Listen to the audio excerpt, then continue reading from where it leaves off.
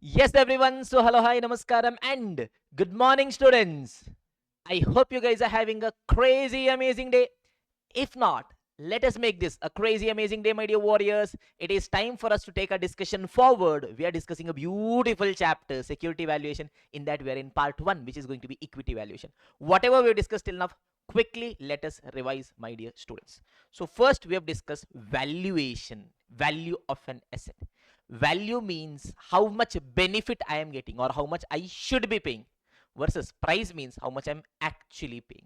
Yes, this chapter is telling me that before you are investing in any asset, don't randomly see the price and invest. First, calculate the value. Then compare with the price. If the value is greater than or equal to price, only then invest. Yes or no, everyone? So tell me, if you are purchasing an asset, what is the benefit you are going to get? I will be getting future cash flows. Yes or no, everyone? But boss, I'm paying today. So value of an asset, it is the present value of future cash flows discounted at the required rate. Yes or no, everyone? Perfect. So when I should be investing? Only if value is greater than or equal to the price. Point number one we had seen. After that, we had seen cross multiplication. Yes or no, everyone? Suppose, yes, 10 kg tomato is say 500 rupees. Yes, 50 kg tomato is how much? Take a cross pair. The pair which is having a question mark comes to the denominator, the other pair goes to the numerator. Yes or no, everyone? Perfect. The next thing we had seen is a time value of money. Yes or no, everyone? Wherein I told there are going to be altogether two techniques. One is future value, also called as compounding. I am going friend, include interest, that is into 1 plus r. One more is discounting, present value. Okay, I am coming back, eliminate interest, divided by 1 plus r.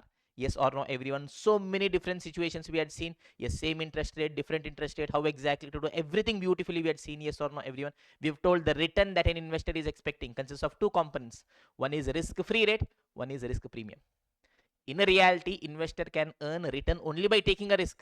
Then, sir, why on earth am I having risk free? It is just to compensate for the inflation. Yes or no, everyone? Perfect. Now, after that, we had seen calculation of present value for different situations. First, we have seen in case of limited cash flows. Cash flows are for limited period, or if cash flows are for unlimited period. If cash flows are for limited period, yes, we are having uneven cash flows. Every year, different cash flows. I need to individually discount. Yes or no? Either you can draw a line, individually discount. Line is going to be compulsory. Yes, below that, directly using a formula you can do. Yes or no? Cash flow 1 divided by 1 plus r to the power 1 plus so on. Or else you can do a table. Year, cash flow, present value factor, present value. If I'm having even cash flows, every year I'm having the same cash flow. Either normal method I can do, or alternatively I can be using the present value annuity factor. Because the cash flow is same, I can be using the present value annuity factor. Yes or no, everyone? This is if cash flows are for limited period. Imagine I am having unlimited cash flows. Cash flows are perpetual. In that case, if there is no growth, yes, it is a cash flow divided by discounting rate. Yes or no, everyone? Yes, how much return I am getting? Yes, this return is how much percentage gives me how much I should be investing. Yes or no? Or in case of constant growth, it is a cash flow divided by required rate minus growth. This logic we have seen in Gordon's growth model, D1 divided by KE minus G. Yes or no, everyone? Variable growth we had not discussed. Yes or no, everyone? From there, directly we went into the chapter security valuation, wherein concept number one was a dividend based valuation. There we told if share is held for limited period, for that limited period, I will see the dividend, sale price, bring it to present value. It is going to be value of the share. Yes or no, everyone? Yes. What is the required rate for equity holders? As per CAPM, it is a risk free rate plus beta into RM minus RF. Yes or no, everyone? Perfect. So if share is held for limited period, it is present value of dividend and sale price. If share is held till perpetuity, if there is no growth, it is a dividend divided by K. In case of constant growth, dividend discount model, it is a D1 divided by KE minus G. Yes or no? Where D1, it is the dividend for the first year. Tell me, students, whenever I am calculating value of a share, the cash flow on the 0th period, am I considering? No. Because today, if you invest in an asset, today you are not getting. From the future, you will be getting cash flows. So only from the first year I'll be taking. Is this clear, everyone? Yes, cost of equity is as per CAPM, RF plus beta into RM minus RF. Yes, growth, we will discuss how exactly to calculate. Is this clear, everyone? Perfect. Till here we have discussed, yes or no, everyone? It is a time for us to take our discussion forward, my dear students. Beautiful discussion is coming up for us. We are going to take our discussion forward to Yes, all these things are over. Yes. Variable growth, also called as two-stage growth model, multi-stage discount model, variable growth model, different names, same thing. And should I tell you something, my dear students? Students consider it to be difficult. In reality, it is the simplest thing in the world, my dear students. Directly, we'll see an example. Through that, we will come here. From here onwards, good number of questions are there in the question bank. Tuck, tuck, tuck, tuck, tuck. Tell how? Tuck, tuck, tuck, tuck, tuck. We'll keep on solving questions as well. So directly, we will come to our, where are we for variable growth? Directly, I think we can go for the workbook directly. Yes, example 3 is over. Yes, example number 5. In case of variable growth, directly we will start with example number 5. Here it is given. Look at this, everyone. Yes, based on variable growth. Yes, these are the formulas, but no need for the formulas. Yes, example, 3 examples we are having. Example 5, 6, 7. And questions from our question bank. Question 5 to 9 is what we are having. Is this clear, everyone? So directly we will come here to the workbook. We will start with example number 5. So in 3, 2, 1, let the maja begin. Dividend just paid by the company is 100. Just paid. D naught is given, yes or no, everyone? Okay. Growth is expected to be 12% for 3 years and 8% thereafter. So for the first 3 years, growth is going to be 12%. After that, it is going to be 8%. You are required to calculate value of the share if cost of equity is going to be 15%. Yes or no, everyone? Sir, nothing we are understanding, sir. Forget everything. We know one thing to do in life. Draw a line. Your line should be straight, whether you are straight or not. Yes or no, everyone? So let us start with what we know. Yes, if your line is straight, your answers also will be straight. Pay attention, everyone. T is equal to 0, 1, 2, 3, so on. Tell me, students, if I am purchasing a share, what all I will be getting? Dividend as well as sale price. Tell me, dividend just paid by the company is 100. Today, if I purchase the share, will I be getting this dividend? No, boss, I will not be getting this dividend. So, which dividend I will be getting? First year onwards. Tell me, what is the growth, students? Growth is 12% for 3 years. First year, 12%. Second year, 12%. Third year, 12%. So, tell me, first year, how much dividend I should be getting? 100 plus 12%. 112. D1. Second year, how much dividend I should be getting? Plus 12%. 125.44. Third year, how much dividend I should be getting? Plus 12%. 140.49. Yes or no, everyone? Now, whenever we are having decimal, if question doesn't specify anything, we will take up to 2 digits. Is it sufficient? Present value factors, if it is given in the question, 99% of the times, if a question is coming in the examination, factors will be given so that there is no rounding of error, because institute marks as per their suggested answer. People who are validating, they don't know what the answer is. Even if there's a rounding of error, they'll be cutting marks. Nothing can be done, but institute gives you the factors, so you can consider the same factors. Is this clear, everyone? So if factors are not given, 3 digits. Every other calculation, unless I tell you, do it up to 2 digits. Is this clear, everyone? Okay. 140.49. Now imagine. Yes, we have, what is your name? I forgot. Ajay. Yes, Ajay is an investor. Yes, I'm asking Ajay. Yes, there is a crazy share which has just given a dividend of 100 rupees. You want to purchase? He's telling, yes, sir, I want to purchase. Yes, I'm asking you. Yes, how many years you want to hold? He's telling, sir, share or relationship, maximum 3 years only. After that, variety, crazy, one life, baby. Yes or no, everyone? Ajay is telling, yes or no, everyone? So tell me, first year, if he holds the share, 112 dividend. Second year, if he holds the share, 125.44. Third year, if he holds the share, 140.49. Is this clear, everyone? Now tell me, students, fourth year onwards, yes, the growth is going to stabilize, yes or no, everyone? Tell me, fourth year onwards, up to infinity, how much is going to be the growth? 8% per annum, yes or no, everyone? Tell me, that means for fourth year, increase is 8%. Fifth year, 8%. Sixth year, 8%. Seventh year, 8%. Eighth year, 8%. So on till infinity, 8%. Now tell me, my dear students. Now Ajay is telling at the end of 3 years, nah, yes, I don't want to continue with this share. Why? Ajay is having a simple philosophy in life. What is his philosophy? Share or relationship, maximum 3 years only. Now there is a Jayam. Yes, initially he was not interested in the share, but after 3 years he is interested in the share. It will so happen, initially you are not interested in a person, after some time you will become interested. Nothing can be done. Yes or no? That is how life is. Now, after 3 years, JM is interested in the share to purchase the share. Now, how much JM is willing to pay? Understand, understand, understand here. JM is purchasing the share at the end of third year. Yes or no, everyone? Tell me, tell me, tell me. From JM's perspective, JM is, where is JM standing? Where is JM standing at the end of third year? Yes or no? JM is standing. Okay, boss. Third year is over. Third year dividend company has already distributed.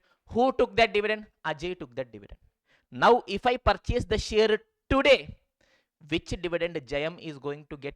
The next dividend, which is basically the fourth dividend. Yes or no, everyone? Perfect. Tell me next year how much is going to be the dividend next year? Yes, already 140.49 is a dividend. Next year dividend will increase by 8%. It is going to be how much, my dear students? Yes, it is 140.49 into 1.08, 151.73. Yes or no, everyone? 151.73.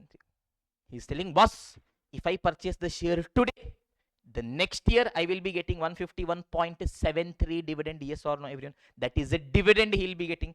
Tell me how much is the cost of equity? Yes, for the risk that the investors are taking in the security, how much return is needed? 15% return is needed. Now tell me, every year how much growth is there? JM is telling, boss, every year my capital value is increasing 8%. Nah, that means from dividend, how much return is sufficient? 7% is sufficient. So can JM tell that, okay, boss, if I invest in the share today, next year I will get 151.73. Total I want 15%. Growth itself is 8%. That means from the dividend, how much return I want? 7%. So it is going to be 151.73 divided by 0.07. It is going to be 2167.56 or 57. Yes or no, everyone? Perfect. Is this clear? Now what is this? What is this? This is the price at the end of third year. Is this clear? It is 2167.57 or 56. Is this clear, everyone? Simple, simple, simple. Understand, students. Initially, there is uneven growth. Yes, here I cannot be calculating the price today. As on this date, directly I cannot calculate the price. Why? Yes, I know if there is no growth, how to calculate price. I know if there is a constant growth, how to calculate the price. But boss, here there is different growth. I don't know. So I will tell boss, only for the initial years, there is a different growth. For the initial years, let me see the dividend. Okay, for the initial 3 years, I have calculated the dividend. Now tell me, from third year is over. Fourth year till infinity. For every next year, what is going to be the growth? 8% only. That means as on this date, can I calculate the price? Yes, boss. Next year growth is 8. After that, 8. After that, 8. After that, 8. That means can I calculate the price today? Yes, boss. Yes, P is equal to 0. It is a D1 divided by KE minus G. 0th period you are purchasing. First period, 8% growth. Second period, 8% growth. Third period, 8% growth. Similarly, so on and so forth. So look at this. I am having the formula of price. P naught is equal to D1 divided by KE minus G. Basically, it means price today, it is the next dividend divided by KE minus G. That means if I want price in the third year I purchase, when will I get the dividend? Fourth year, D4 divided by KE minus G. If I want price at the 10th year I purchase, when will I get? 11th year, D11 divided by KE minus G. Yes, I'm purchasing the share in the 50th year. When will I get the dividend? 51st year, D51 divided by KE minus G. Basically, I'm purchasing the share in the nth year. When am I getting the dividend? N plus 1 year divided by KE minus G. Is this clear, everyone? Perfect. Now tell me, my dear students. Pay attention. Now Ajay is the person who is purchasing the share today. Ajay is telling, yes, stock or relationship, maximum 3 years only. Now if he is holding the share for 3 years, what all he will be getting? For 3 years he will be getting the dividend. Yes or no, everyone? At the end of 3 years, he is selling the share to JM. Is he selling for free? No, boss, he is getting the selling price also. Now has this question converted into a question of limited period cash flow? 3 years dividend, I'm having price at the end of third year. Bring each of them to the present value. You will arrive at the value of the asset. As simple as that. So if I'll have to tell you guys the steps, formula is there, complications, yes. If you want to do it, you can complicate it unnecessarily.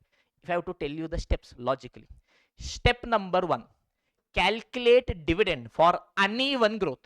Wherever there is a different growth, now you cannot calculate price there. There you directly calculate the dividend. Is this clear?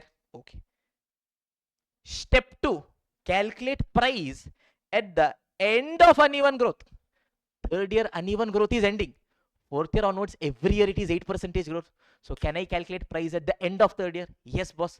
P3 is equal to D4 divided by KE minus G. Yes or no? Here can I do that? No. Why? Here growth is different, now boss. Is this clear, everyone? So step 1, calculate dividend for uneven growth. Step 2, calculate price at the end of uneven growth. I know the dividend. I know the price. Bring them to the present value. We have arrived at the value of the asset. Story is over. Concept is over. One of the most beautiful things.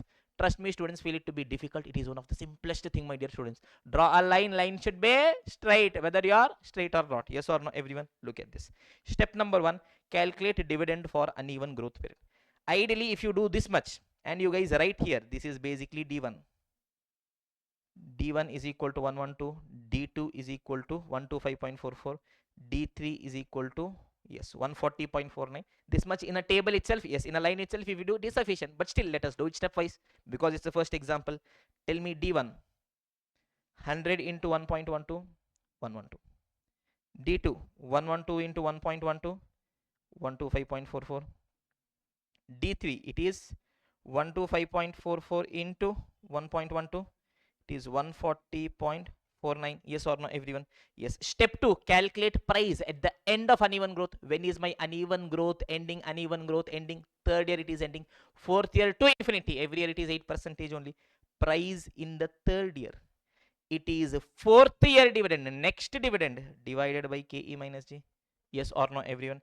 Tell me fourth year dividend. Third year dividend was 140.49. Next year how much it will grow? 8%. Divided by K is 0.15 minus 0.08. Is this clear? It is going to be 2167.57. Is this clear, everyone?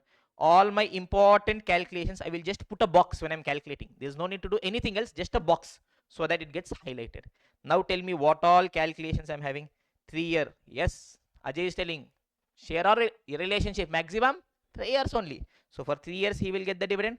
At the end of 3 years, he'll get the price. Bring them to the present value. So tell me, if Ajay is purchasing the share today, what all he will get? First year dividend is 112. Yes or no? Year 1, the dividend is going to be 112. Year 2, he will be receiving a dividend of 125.44. Yes, year 3, he will receive a dividend of 140.49. With that, sale price of 2167.57. So total how much he will receive? 2167.57 plus 140.49. It is going to be 2308.06. Yes or no, everyone? Perfect. Tell me what is the required rate of return? 15%. So present value factor at 15%. 1 divided by 1.15 equal 0.869 or 0.870, 0.756, 0.658. Yes or no, everyone? Perfect. So can I calculate the present value? 112 into 0.870, 125.44 into 0.756, 2308.06 into 0.658. Yes. Is it coming to 1710.98? Yes or no, everyone? This is the value of the share. Is this clear, everyone? Yes, here I had calculated. Okay. Yes or no, everyone? Perfect. Absolutely no issues. Yes or no, everyone? Yes. Two-stage growth model, variable growth model, multi-growth model. Done, done, done. We have just taken 10-15 minutes. Why? Our basics was strong. As simple as that. Is this clear, everyone? Perfect. What is it we need to be doing? 3-step framework. Step 1, calculate dividend for uneven growth. Step 2, calculate price at the end of uneven growth. At the end of uneven growth, again calculate the price. Step 3, bring them to the present value. Is this clear, everyone? Now, if you want, you are telling, no, sir, I don't want to sell at the end of third year. I want to sell actually at the end of fifth year only. Yes, Ajay is telling, no. Yes, for the first 3 years, I'm having uneven growth, but I want to hold till 10 year. No issues.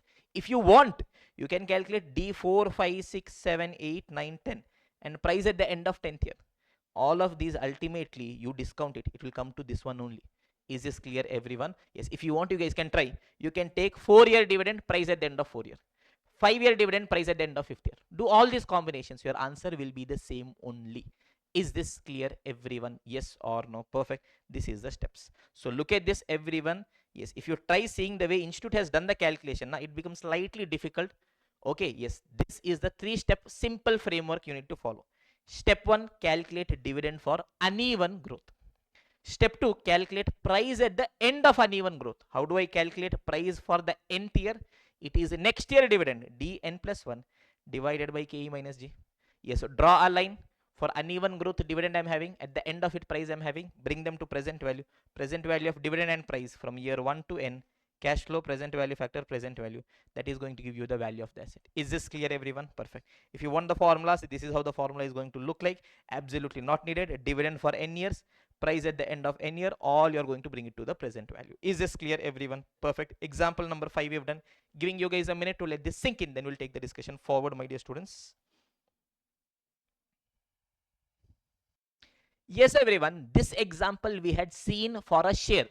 Now, in reality, it could be for anything. Say, for example, I want to calculate the value of a business. I am telling, yes, value of the business. It is a present value of future cash flows. I am telling for the initial 3 years, now growth will be high. 15%, 10%, 8%. After that, every year, growth is going to be, say, 7%. So, what I will do, yes, for the initial 3 years, yes, year 1, year 2, year 3. Initial 3 years, I will calculate the cash flow individually. At the end of 3 years, next year onwards, the growth is going to be same only. So can I calculate the value at the end of 3rd year? Yes, boss. So 1, 2, 3 individual cash flow is there. Terminal value, that is from here till perpetuity, whatever is the value, present value of that is there. Bring them to the present value. You will arrive at the value of the asset. Yes or no, everyone? Step number 1, calculate cash flows for the uneven growth period. Yes, in case of share, uneven growth, the cash flow I'll be getting is going to be the dividend. Calculate terminal value at the end of uneven growth. Value at the end of uneven growth. Price at the end of uneven growth.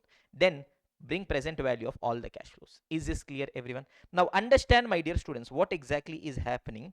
Now imagine you're going to purchase a share. Pay attention, my dear students. Yes, in reality, this 2-stage dividend growth model is what we'll be using.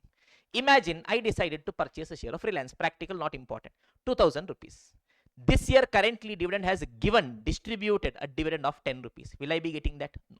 But every year I saw growth in dividend. I saw that there is a 15% growth in the dividend. And I know that something crazy Reliance is doing, like Jio. So next year there is going to be huge growth. So I know that for the next 4 years, Reliance is going to do great, crazy. Yes or no, everyone? So I know for the next 4 years, yes, 20%, 15%, 12%, 10% growth could be there. After 4 years, what will happen? I don't know. Tell me your life. What you are going to do for the next 1 year, 2 year, 3 year, maximum 4 years. You may be doing. After that, what you will? No, sir, we know, sir, we will get married, sir. Da, about life I'm asking, not about getting married. Yes or no, everyone? Perfect. So initial first 2-3 years you can tell this much growth will be there, this much growth. After that, we know growth will be there, but how much we don't know. So after that, we take a constant growth rate, because I cannot keep calculating from year 1 to year 1000. Na? So for the initial few years, I know, I can reasonably estimate. After that, I assume a constant growth rate till infinity. So for these years, what is going to be the dividend? At the end of this, what is going to be the price? I will bring it to present value. That gives me the value. This is how practically things are done. Is this clear, everyone? Point number 1. Point number 2, what is it that we are discussing? We are discussing dividend based valuation. Yes or no? Based on the dividend, we are calculating the price of the share. Does it mean that the cash flow that I'm going to get is only the dividend? No. Sale price is there. Then, sir, why is it called dividend based valuation? How do I calculate the sale price? Simple. Tell me, students. Here in this example that we did, yes, I am telling that Ajay is going to hold the share for 3 years. So for 3 years, he will be getting the dividend. Now, at the end of 3rd year, Ajay will sell. This price at the end of 3rd year, how did he get? It is based on the future dividends. Yes or no, everyone? So ultimately, here we are calculating the value based on the dividends. Is this clear, everyone? So dividends will be there at the end of the life. Yes, whenever you are planning to sell, on that day, what is the price? It is based on the future dividend till perpetuity. That is why it is called as a dividend based model. Is this clear, everyone? Yes or no? Example number 5 is done or done. Shall we go ahead to example number 6, my dear students? Okay. Company has just paid a dividend of 10 rupees. Just hot. D not. Yes or no? Growth estimate is as follows. 10% for the first 3 years, 8% for the next 2 years, and 5% thereafter. Tell me, you are required to calculate value of the share if cost of equity is 15%. Step 1, draw a line. Line should be straight. Yes or no, everyone? Tell me. Yes, year 1 2 3 4 5 up to infinity. Tell me students, first 3 years how much is the growth rate? 10%. Next 2 years it is going to be 8%. So growth is going to be 10%. G is 10%, G is 10%, G is 10%. Next 2 years G is 8%, next year G is 8%. Thereafter it is going to be 5% forever. Yes or no, everyone? Tell me students, tell me, if every year my growth is say 5% only, here itself I can calculate the price. But tell me, initial 3 years uneven growth, after 2 years again another stage of growth, when is my dividend growth stabilizing? At the end of 5th year? Yes or no? 6th year onwards, every year the growth is going to be 5% only. That means what I will do, I will calculate dividend for the uneven growth. When am I having uneven growth? First 5 years. 5 years uneven growth is over. 6th, 7th, 8th, 9th, 10th, 11th, 100, 1000, 10,000, every year growth is same. Can I calculate price at the end of uneven growth? Yes or no, everyone? Can I bring them to the present value and accordingly calculate the value of the share? Simple, boss. Tell me, dividend just declared, just paid is 10. First year, if there is a growth of 10 percentage means 11. Second year, 10 percentage means 12.1. Third year, 10 percentage means 13.31. Fourth year, 8 percentage means 14.37. Fifth year, 8 percentage means 15.52. I have calculated dividend for 5 years. Now I want price at the end of 5th year. Tell me, new investor is coming, how much he is willing to pay? If he purchases today means what he will get? Future dividend. Tell me, future, how much is the growth rate? 5%. So 5th year dividend is 15.52. How much will be the growth? 1.05. So it is 15.52 into 1.05. It is going to be 16.30. Yes or no, everyone? Perfect. So I can tell 15.52 into 1.05. Yes, P5 is equal to D6 divided by KE minus G. D6 divided by KE is 15%, minus growth is 0.05. So how much is it going to be? 16.296 divided by 0.1. It is 162.96. Yes or no, everyone? So tell me what all I considered. Yes, first 5 years dividend we have considered. Yes or no, everyone? And then price at the end of 5th year, which is basically from 6th year till infinity, entire dividend we have discounted and calculated the price. Now tell me, as an investor, what all you are going to get? 5-year dividend, 5th year price. Yes or no? First year it is going to be 11. Step 1, calculate dividend for uneven growth. Step 2, calculate price at the end of uneven growth. Step 3, calculate value of the share. First year 11, second year 12.1, third year 13.31, fourth year 14.37, fifth year you are going to get dividend also, price also. So the total amount you are going to get is going to be 178.48. Bring it to present value by discounting it at 15%. We will arrive at the value of the share, which is 124.38. So accordingly, value of the share is 124.38. Is this clear, everyone? Yes or no? Yes or no? Yes or no? Now a simple suggestion for all the recorded students, boss, in order to save time, yes, most of the places I have done the calculations and kept, but you just putting it at 1.5x, just seeing, crazy things are happening.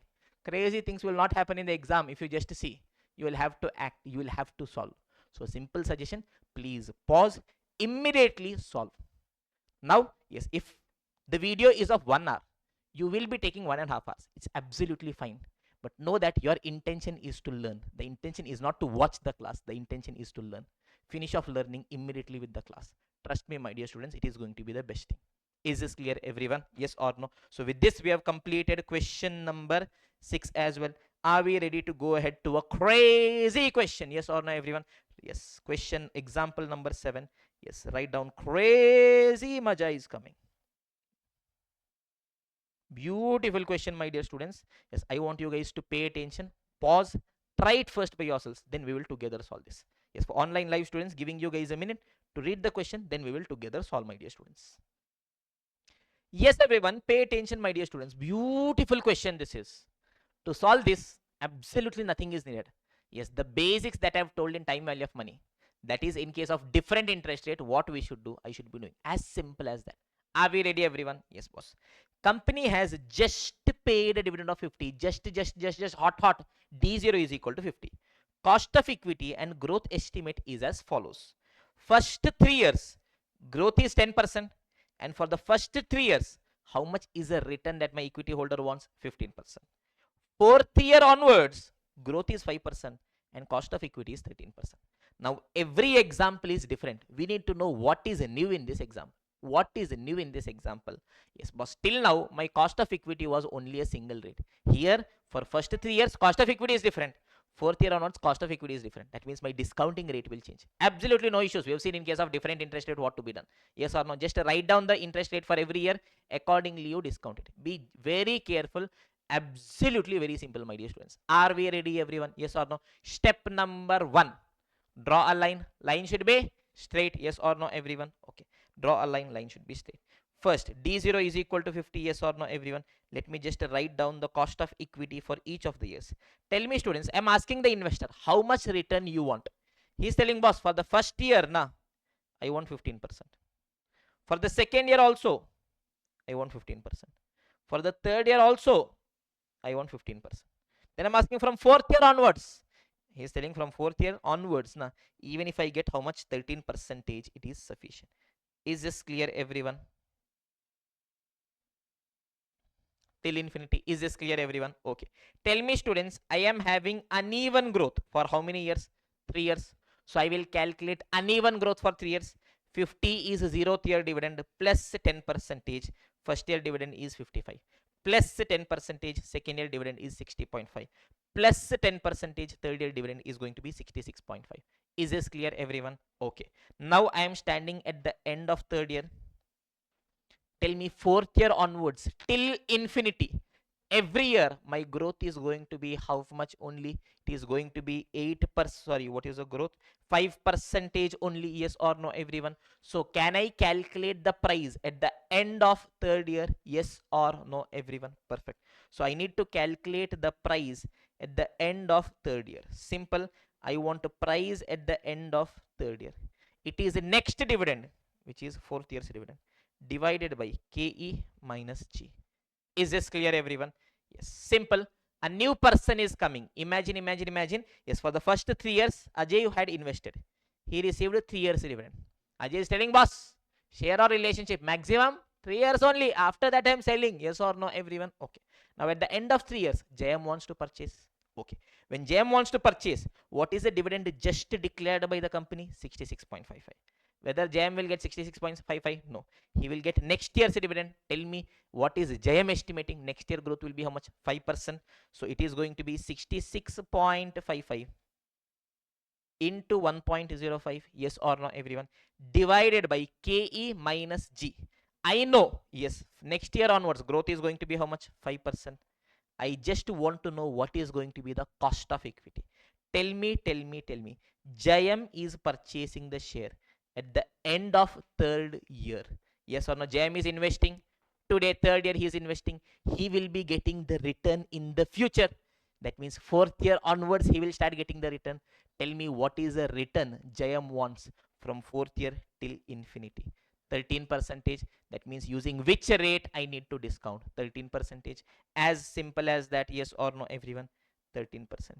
So it is going to be 66.55 into 1.05 divided by 0.13 minus 0.05. It is 0.08. It is 873.47.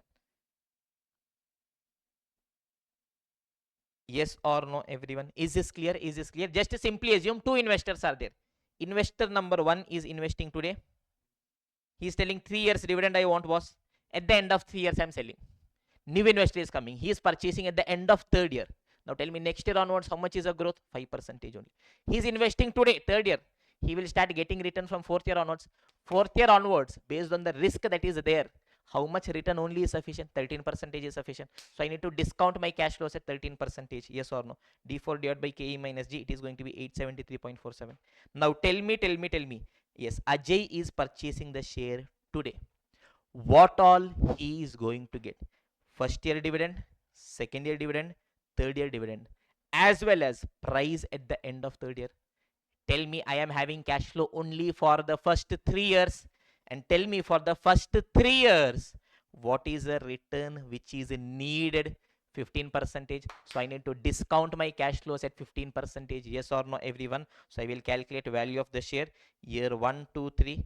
First year 55 cash flow, second year 60.5, third year it is going to be 66.55, as well as 873.47. It is going to be 940.02. At which rate I need to discount? For the first 3 years, I want 15 percentage. So I will calculate present value factor at 15 percentage. 1 divided by 1.15 equal, equal, equal. Yes. Do a grand total. You will arrive at value of the share as 711.04. This is the simplest way to do the answer. Now, if you see the way Institute does the answer, what Institute does is, yes, dividend 1 to 3 does. Then it calculates directly the present value of terminal value. What it does is, it does a D4 divided by KE minus G whole divided by 1 plus KE to the power 3. Wherein this is the new KE, this is the old KE. Chumma nonsense it is doing. Yes or no? Draw a line, bring it here. From there, properly you see what is the return needed, bring it here. As simple as that. Yes or no, everyone? I hope you guys have thoroughly understood. Yes or no, everyone? Online live students, give me a confirmation. Accordingly, we'll continue with our discussion, my dear students. Yes, everyone. Now, some additional notes. Major chunk of discussion is over. Yes or no, everyone? Perfect. Some additional notes. First, calculation of required rate of return as per CAPM. We've discussed it is risk-free rate plus beta into RM minus RF. Yes or no, everyone? Yes. RM minus RF. It is called as market risk premium. That is, if I invest in market, how much extra market is giving. Yes or no, everyone? Perfect.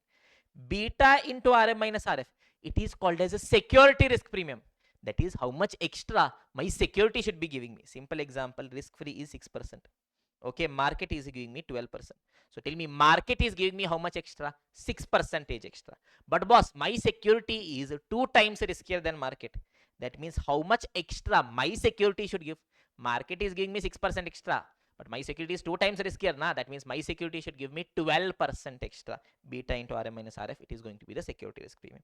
Is this clear, everyone? Based on this, we are having example number 8. Yes, chumma for time pass sake, we have created small examples. Look at this, everyone. Now, you will find one beautiful thing in our workbook as well as our question bank.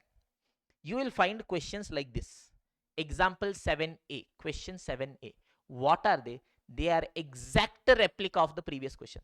Now we had solved question example number 7. Yes or no? 2 different cost of equity is there. Example 7a. Company just paid a dividend of 125. First 4 years, growth and cost of equity is given. 5th year onwards, growth and cost of equity is given. Calculate. Yes or no? These are similar examples, or in question bank, similar questions. So whenever similar questions are there, I didn't want to remove it because you'll have to practice. But boss, if I continuously keep on putting the question, subsequent revision, it becomes very difficult. So what is the way out? Yes, we have beautifully created a carve out wherein those question numbers, we'll write it as 7a, 7b, 7c. So that for the first time studying, you can refer it. Subsequent revisions, you can directly ignore it. Is this clear, everyone? And when we are solving these AA questions, we will not be doing it. Is this clear, everyone? Okay, fine. Now here, yes, example number 8, it is on calculation of required rate of return. Yes, basic situations are there. Okay, risk-free rate is 6%, market rate is 12%. Calculate required rate if beta is 0. Investor doesn't want to take any risk. How much return he will get? Risk-free only 6% he will get. Yes, if beta is 1, he is willing to take 1 unit of risk only. Tell me, without taking any risk, he will get 6%. Yes, if he is taking 1 unit of risk, how much extra he is getting? 6% extra. How much risk he is taking? 1 unit. So he'll be getting 6% extra.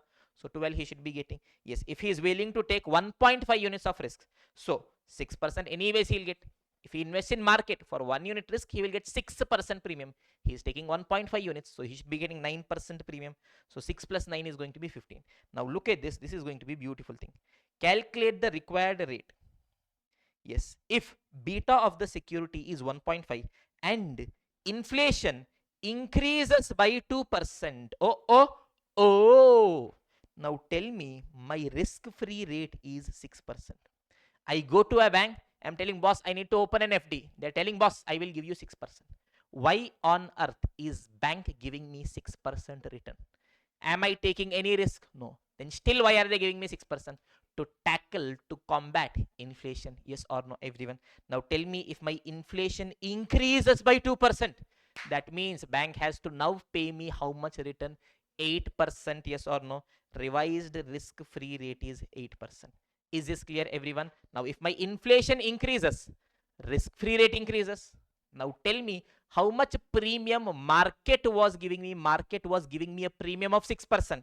That is, when risk-free was 6, market was giving 12, that is 6% extra it is giving.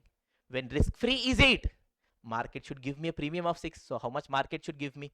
14%. Yes or no, everyone? Perfect. So when inflation increases by X percent, risk free also increases by X percent, market return also increases by X percent. Yes or no, everyone? Perfect. Because how do I arrive at the market return? How much market is giving? It is the risk free plus the premium. Obviously, if risk free increases, this should also increase. Yes or no, everyone? So the revised market rate is going to be 14%. So now I will calculate the required rate without taking any risk. In the revised situation, I should get 8%. Now, boss, if I'm investing in the market, I'm getting 14. That means a premium of 6. I'm taking how much beta, how much risk? 1.5 units of risk. So 6 into 1.5, 9. 9 plus 8 is going to be 17%. Is this clear, everyone? Yes or no? Yes or no? Yes or no? Absolutely no issue still here. Okay, boss, let us come back to our concept book. This is over. Example is over. Yes, calculation of D1. Yes, D1, it is nothing but D naught into 1 plus growth. Whatever dividend I've paid, add the growth. I will arrive at D1. Yes or no, everyone? No need to explain. Perfect. But still, I have written it down there. Okay, boss. Where D naught, it is a dividend just paid by the company. D1, it is an expected dividend at the end of first year. Look at this. Company has just paid a dividend of 10 rupees. Yes, growth is 10%. That means next year I'm expecting 11 rupees. Simple. Even the smallest of the things I've put it in the book. Is this clear, everyone? Okay. Now, when we are solving a question, now dividend is given, but is it D naught or D1? How do we understand that? Simple. Yes, if question is using the term dividend paid,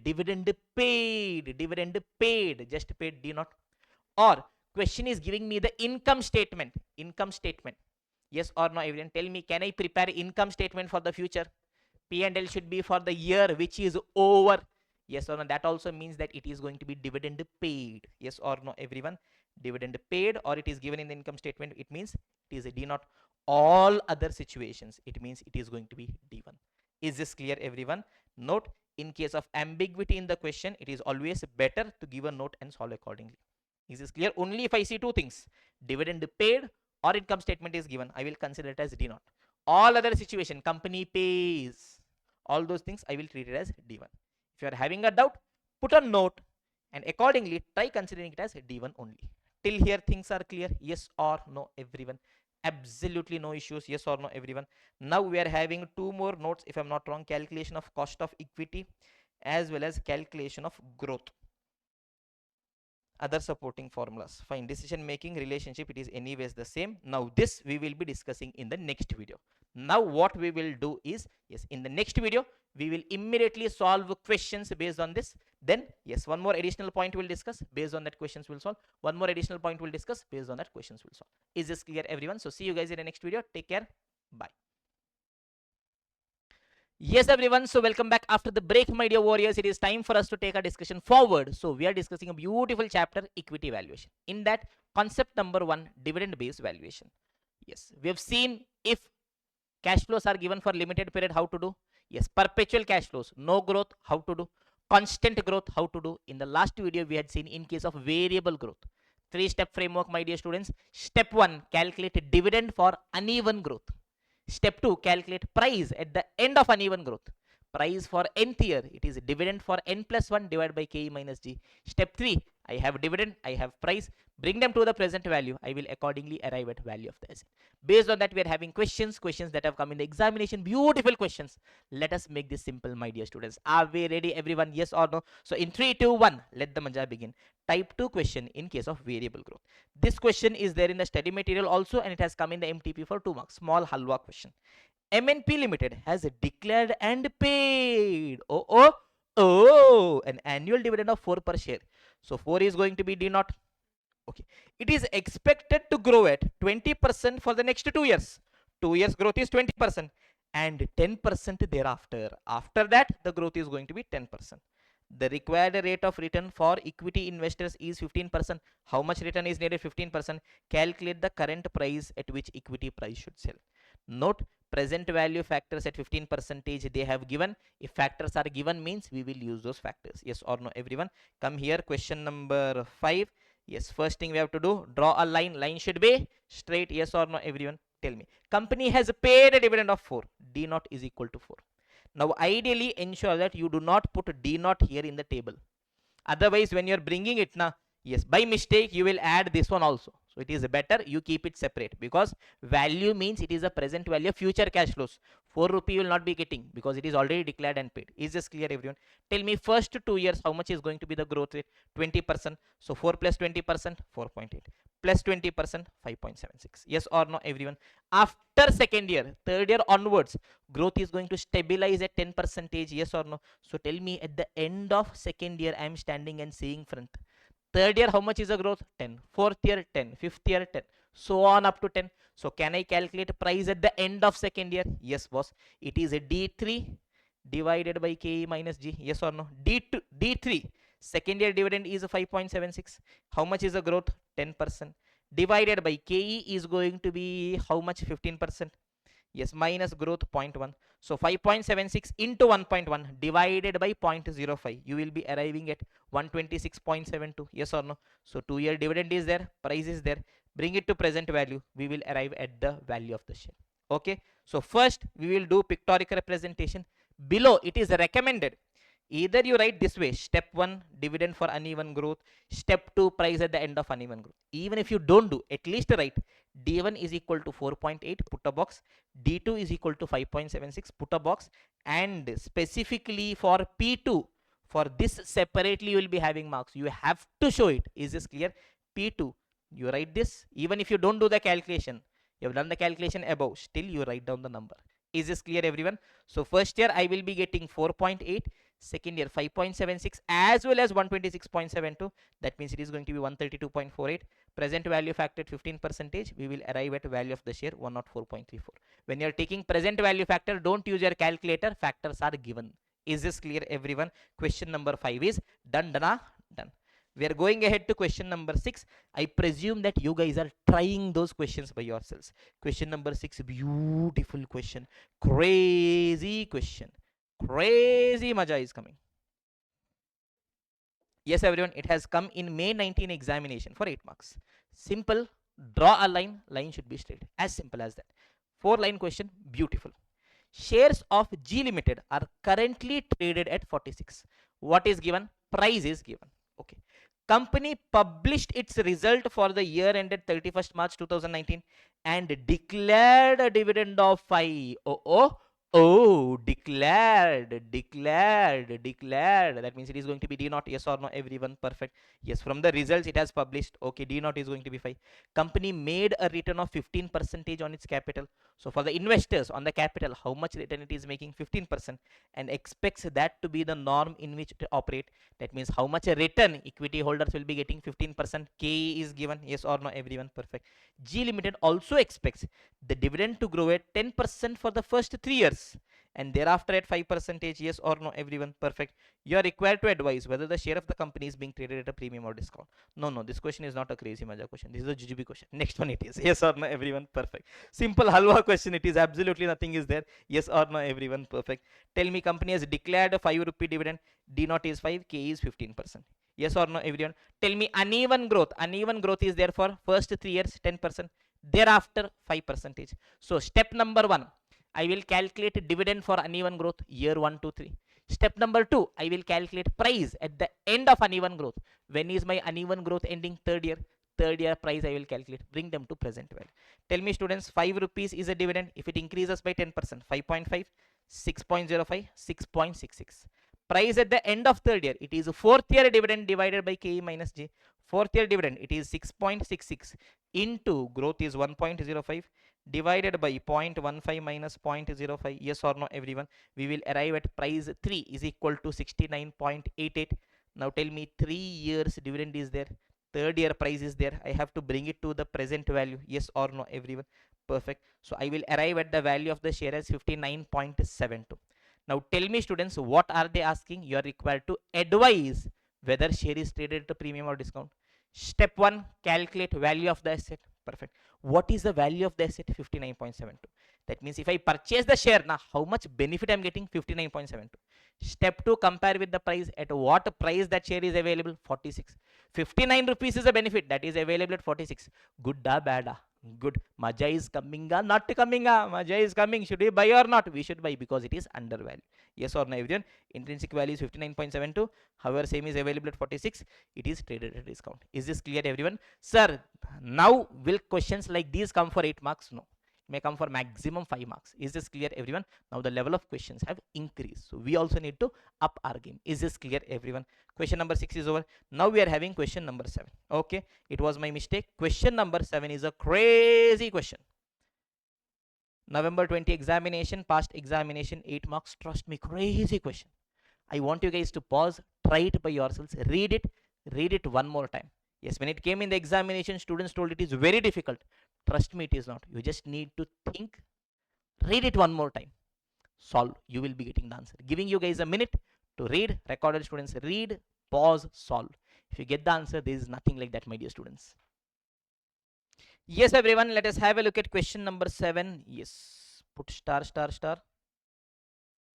Yes, and right, whenever questions are difficult, people tell how difficult question it is. We are going to tell crazy question it is. Crazy Maja is coming. Yes or no, everyone?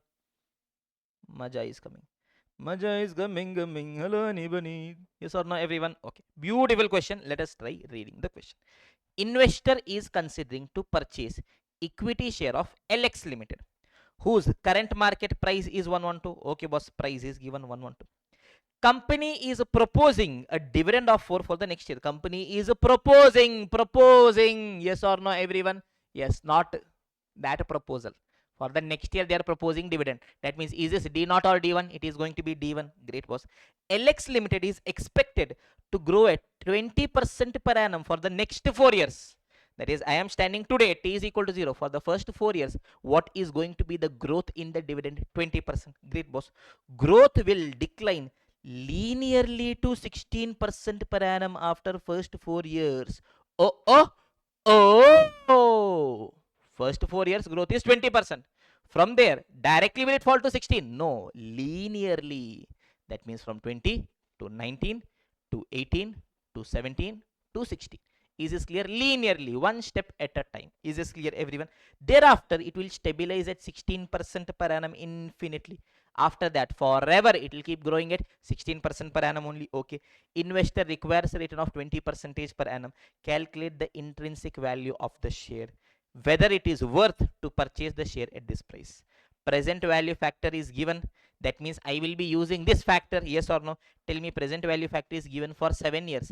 That means maximum 7-year cash flow could be there. Yes or no, everyone? Okay. Now, what is it that we need to be doing? Pay attention, my dear students. Look at this. The most important thing is we need to draw a line. The thing about the line is your line should be straight, whether you are straight or not. Yes or no, everyone? Yes. First, let me try drawing a line. Tell me, students. Yes. 0, 1, 2, 3, 4. Tell me what all data is given. Let me scribble it down. Company is considering to purchase equity share whose current market price is 112. Okay. Company is proposing a dividend of 4 for the next year. 4, is it D1 or D0? D1 is 4. Yes or no, everyone? Perfect. LX Limited is expected to grow at 20% per annum for the next 4 years. Yes or no? Where am I standing right now? It is T is equal to 0. For the next 4 years, means for the first 4 years, growth is going to be 20%. Growth is going to be 20%. Growth is going to be 20%. Growth is going to be 20%. Yes or no, everyone? From there, after that, yes, growth will linearly decline to 16%. From 20, directly will it come to 16? No, slowly it will come. That means 5th year, it is going to be, yes, 19%. 6th year, it is going to be 18%. 7th year, it is going to be 17%. 8th year, it is going to be 16%. Yes or no, everyone? And the 9th year onwards, it is going to be 16%. Is this clear, everyone? Till here, things are clear? Yes, boss. I know dividend for the first year. Can I calculate dividend? Yes or no, everyone? Perfect. Look at this. I've done it here. Yes, D1 is going to be 4 rupees. Now tell me whether the growth of first year, is it relevant? It is not relevant. Why? Already first year dividend is given to me. Is this clear? Second year, add 20%, 4.8. Add 20%, 5.76. Add 20%, 6.91. Next year, 19%, 8.22. Next year, 18%, 9.70. Next year, 17%, 11.35. Now tell me, students, at the end of 7th year, I am standing here at the end of 7th year. Tell me, imagine I'm standing here at the end of 6th year. Can I calculate price at the end of 6th year directly? No. Why? 7th year dividend is 17. Next year onwards it is 16. It is uneven. Can I apply constant growth? No, boss. 7th year end, if I want, can I calculate the price? Yes, boss. From 20, it will linearly fall to 16. So 19, 18, 17, 16. Once it comes to 16, every year it will keep on going at 16. Yes or no? So if I want, I can calculate dividend till 8 years and price at the end of 8th year. That also can be done. But wait, boss, 8 years growth is also 16%. So instead of doing this, I can calculate directly at the end of 7th year only. Yes or no, everyone? Because here onwards growth is 16%. Yes, that is one way of understanding. The second reason why I am doing at the end of 7th year, you see the present value factors. It is given only for 7 years. That means I have to calculate price at the end of 7th year, maximum. Yes or no? It is also telling me. But if you draw a line and you see, you will get to know, boss, at the end of 7th year only you can calculate. Because 8 years growth is also 16. 9th and onwards is also 16. So directly I can calculate price at the end of 7th year. As simple as that. Yes or no, everyone? So tell me D1, D2, D3, D4, D5, D6, D7. 7 years dividend I have calculated. 7th year I am standing. Tell me, from here I'm estimating in future how much is the growth going to be? 16% till perpetuity. Can I calculate a price here? Yes, boss.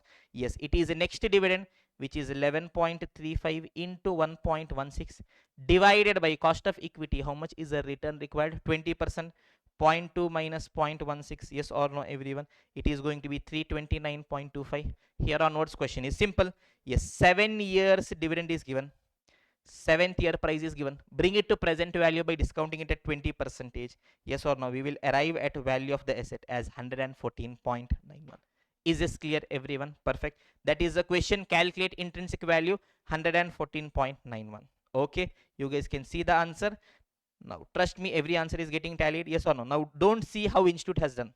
You will go mad. Yes or no, everyone? Absolutely not needed. Chumma, they could have done it off in a table. Yes or no, everyone? Perfect. You will be having marks for writing this down. So even though you are doing in a line below, at least the numbers you guys write it. D1, D2, D3, D4, D5, D6, D7 and P7. At least write down the formula. D8 divided by K minus G. Write down the number. Because for those numbers you will be having marks. For this you will be having marks. Then for this you will be having marks. Is this clear, everyone? So it was an 8-mark question. 6 marks will be there for this calculation. Now what is the second requirement? Whether it is worth to purchase the share at this price. Tell me, students, what is the value of the asset? 114. So if I purchase the asset, how much benefit I am getting? 114. How much price I need to be paying? 112 only. Yes or no? Is it worth? Yes, boss, it is worth. Yes or no, everyone? The share is underpriced. So I will give that comment. Okay, boss. Yes, value is 114.91. However, price is 112 only. It is undervalued. Hence suggested to buy. Is this clear, everyone? Yes or no? Perfect. Now we have question number 8 that we will be discussing in the next video. Beautiful question. I want you guys to compulsorily try this. Beautiful, crazy question it is. You guys please try it. In the next video, we will be discussing question number 8 exclusively. Now I am proceeding further to question number 9, my dear students. Pay attention, everyone. Question number 9. Just a second. Question number 9, pay attention, from the case scenario booklet. Now in this question bank, what we have done is questions we have picked from the latest study material, past paper from 2018 till date, RTPs of the latest 8-9 attempts, MTPs 10 latest MTPs, that is last 5 attempts. Every attempt there will be 2 MTPs. So 10 latest MTPs. With that, the institute is coming up with the case scenario booklet. Everything has been picked and has been arranged in the most systematic way. Trust me on this. You cannot be getting a better book than this. Is this clear, everyone? Yes, everyone. So even the case scenarios, MCQs, has been incorporated then and there. Now understand, for CA final students, for CMA final students, MCQ is going to be a standalone 2 mark question. Is this clear? For that separately we'll discuss it. Don't worry. For CA final students, in the 30 mark MCQs, now you are not having even a single standalone question of 2 marks, at least based on what questions have come till date. They will give you a case scenario. Based on that, they will be giving you 3 or 4 questions. That is how questions have been. So there is absolutely no single MCQ question as such which has come in the examination from May 2024 till date. If the trend changes, we never know. But this is what till now it has been. So all MCQs are case scenario based MCQs only. And all the case scenario based MCQs which are there till now, everything topic wise systematically itself we've arranged and kept. Is this clear, everyone? Question number 9 from the case scenario booklet. Now, to solve question number 9, we want a small understanding of a concept which comes in portfolio management chapter, which is the formula of beta. Yes, beta is going to be, yes, what the logic is in that chapter we will discuss. Beta of security X, it is sigma X into RXM divided by sigma M. Sir, what is it? Why is it? Portfolio chapter, beautifully you will understand. And this is fast track. You are a repeater. I presume that you would have at least understood this, heard this. Even if you have not heard, don't worry. I am there. I will teach you entire subject without having the need to by heart. What nonsense it is, we will understand. Absolutely no need. Yes or no? But now to solve the question, because one requirement is there here. Either I could have put the entire question there, but by the time I reach there, I know, you also know that you will forget security valuation. Okay, and only one requirement is there. 3 requirements are here. So wisdom lies in putting those 3 requirements here itself. Yes or no, everyone? Okay. So just this formula for the timing you adjust. In that chapter, beautifully we'll discuss. Half an hour to 1 hour we'll spend. Is this clear, everyone? Okay. Z Limited paid a dividend of 5. Paid, D naught is 5. Dividend is expected to grow 25% for the next 6 years and 10% per annum thereafter. Great, boss. Return on the government bond is 13% per annum. Risk-free rate is given. Market return is expected to be around 20%. RM is given. The correlation between market return and X limited, Z limited return is 0.3733.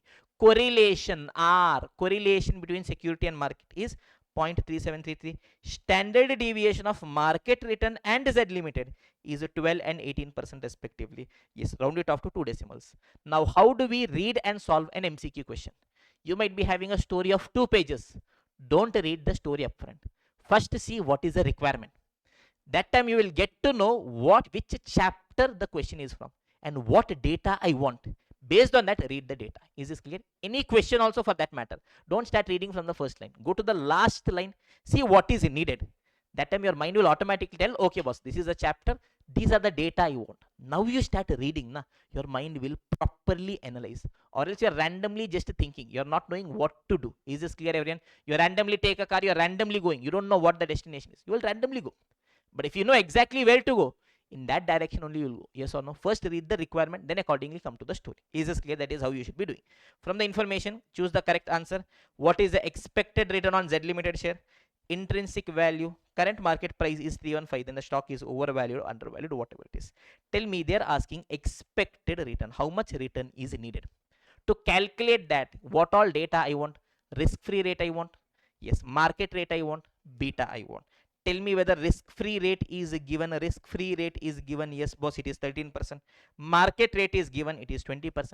Whether beta is given, beta is not given. But boss, the data to calculate beta is given. Sir, but we don't know this, na, sir. Don't worry, in portfolio, I'll explain to you.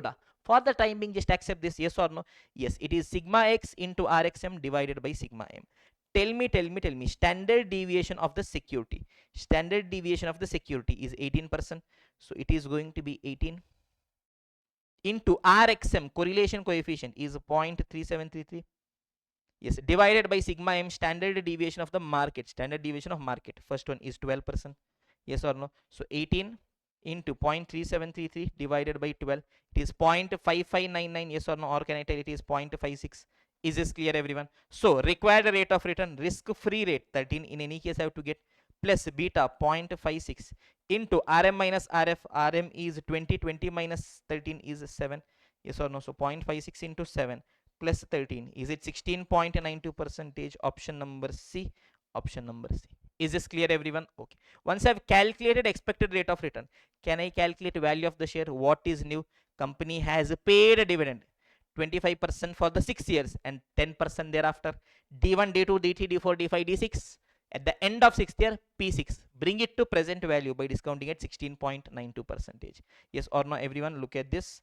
This is a formula. If you guys want, once you can write and keep it. In portfolio management chapter, we'll understand beautifully. Yes, look at this question number. Okay, here we have not solved it. Okay, nevertheless, you guys can do it by yourselves. Yes or no, everyone? Yes, you guys can try it by yourselves. Yes, for the first 6 years, do the dividend. Yes, at the end of 6th year, calculate the price, bring it to present value. You will arrive at value of the share. Compare it with the market price. Then tell is it undervalued or overvalued. Is this clear, everyone? What is new in this question? This is new. Yes or no? This calculation is new. So this one I want you guys to write and keep it as an important note in your adjustment book. Don't worry, once we reach the chapter portfolio na, that time this is going to become the most halwa jujube thing. Yes or no? Jujube means nothing. Yes or no, everyone? Students from north don't know what is jujube. They'll ask, sir, what is jujube? Jujube in English, I don't know which language it is, but whatever language it is. In south we are having so many languages. I can myself speak some 6 7 8 languages. Sometimes I don't know which language. Okay, jujube in whatever language. Well, jujube, jujube, nothing. Bacha, halwa, yes or no? In North India, halwa, yes or no? That is what is jujube. Tell students jujube, yes or no, everyone? Yes, second and third requirement, I do reasonably expect that you guys will try.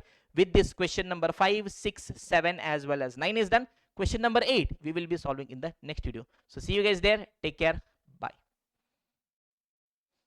Yes, everyone. So, hello, hi, namaskaram, my dear warriors. So, I hope you guys have solved questions on a variable dividend model. So, we have one question left, which is going to be question number 8. So, we've solved till question number 7. It is a similar question to that, just a slight variant. It had come in the exam for 8 marks. Now, I really want you guys to try it by yourself. There is absolutely nothing. The only thing that is there in this question is, question has given you the value of share. Yes, question has given you dividends for 7 years. At the end of 7 years, the stable growth rate is not given. Whatever is not given, I'll take it as X. And always remember, yes, if one person goes from your life, other person will come into your life. If stable growth is given in the question, using that I'll be calculating value. Here stable growth is not given. That means to compensate for that, value is given. I'll take it as X, create an equation. Now I've solved it already and kept it so that I don't take much of your time. I am genuinely hoping that you have read your question, read the question, tried the question, got the answer. Otherwise, read the question once. We'll together read. Investor is considering purchasing equity shares of Alpha Limited, whose current market price is 172.45. Today, at what price it is trading? 172.45.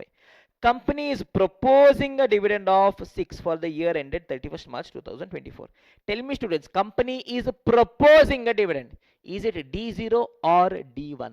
It is D1, proposing. It is going to be first year dividend. Okay, fine, boss. This is going to be D1. Okay, perfect. Now, Alpha Limited is expected to grow at 20% per annum for the next 4 years. First 4 years growth rate is going to be 20%. Perfect. Thereafter, the growth over the next 3 years will decline linearly by 100 basis points per annum. Tell me, year 1, 2, 3, 4, how much was the growth? 2020, 2020. Next 3 years, it will reduce linearly by 100 basis points. 100 basis points means 1%. You would have learnt in your inter, or else don't worry, we have something called as basic interpretation of interest in concept 0, sorry, chapter 0. When the time comes, we'll explain that. Is this clear? 100 basis point means 1%. So 5th year it will be 19%, 6th year it will be 18%, 7th year it will be 17%. 1% it is reducing over the next 3 years. Great, boss. Thereafter, it will stabilize at a certain growth rate per annum infinitely.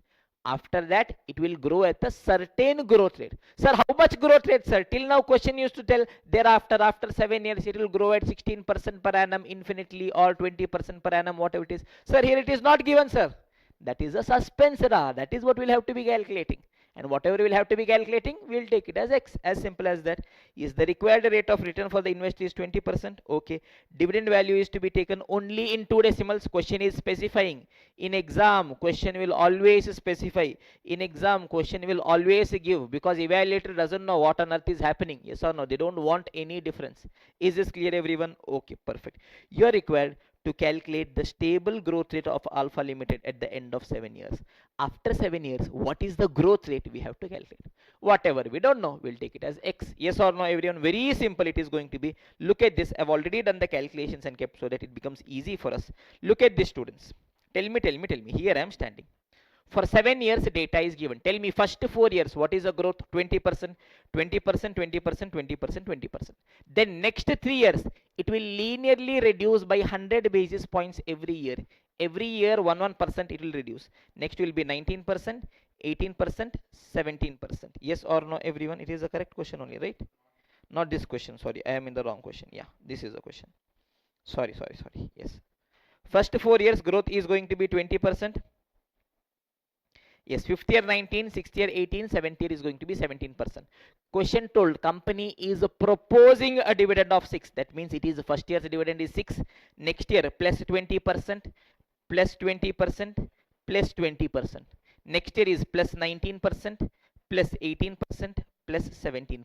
Is this clear everyone? Now technically at the end of 7th year, we will estimate, yes, the price also. Yes or no? D8 to infinity. D8 divided by KE minus G. But to do that, G is not available. Whatever is not available, whom will remember? We'll remember our X, yes or no? We'll take it as X. So look at this, students. Calculation of stable growth rate at the end of 7 years. Let us assume stable growth rate is X.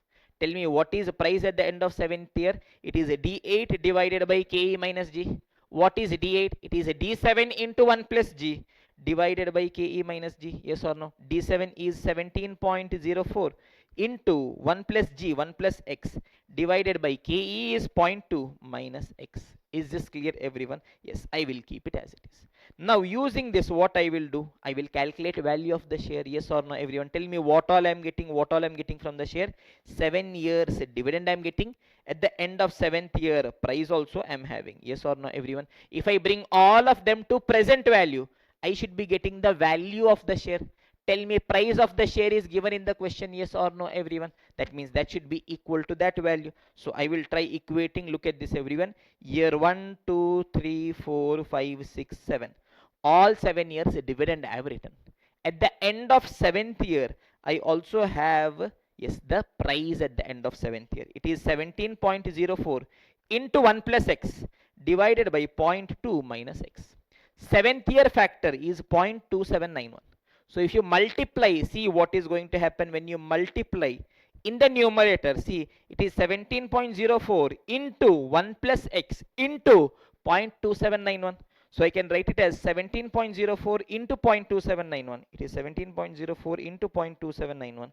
It is 4.76. Yes or no? 4.75 or 4.76 into 1 plus X. Yes or no everyone? Divided by 0.2 minus X. That will be the factor here. For all other things, numbers will be available. I will add and write it. You will get close to 34.59. This one alone will be in terms of X. How to do the multiplication also I have told it to you guys. Yes or no everyone? This value will be 4.75 into 1 plus X divided by 0.2 minus X. Is this clear everyone? Perfect. So this is going to be the value of the asset. This is how much I should be paying, and how much I am paying is given in the question. Tell me students how much we are actually paying for the share. Question is telling, yes, it is available at 172.45. So using this I will tell, okay boss, value of the share is 172.45. It is present value of future cash flows. It is 34.59 plus this value. Now I will try simplifying. Look at this. How will I try simplifying? Yes, first, yes, always try looking for simpler ways. First, either if I want I can take, yes, LCM, all those things. It will unnecessarily complicate things. See, this is available here, plus take it to the other side, becomes minus. So I'll be left with this one is equal to 172.45 minus 35.49. Okay, this amount is going to be 136.96.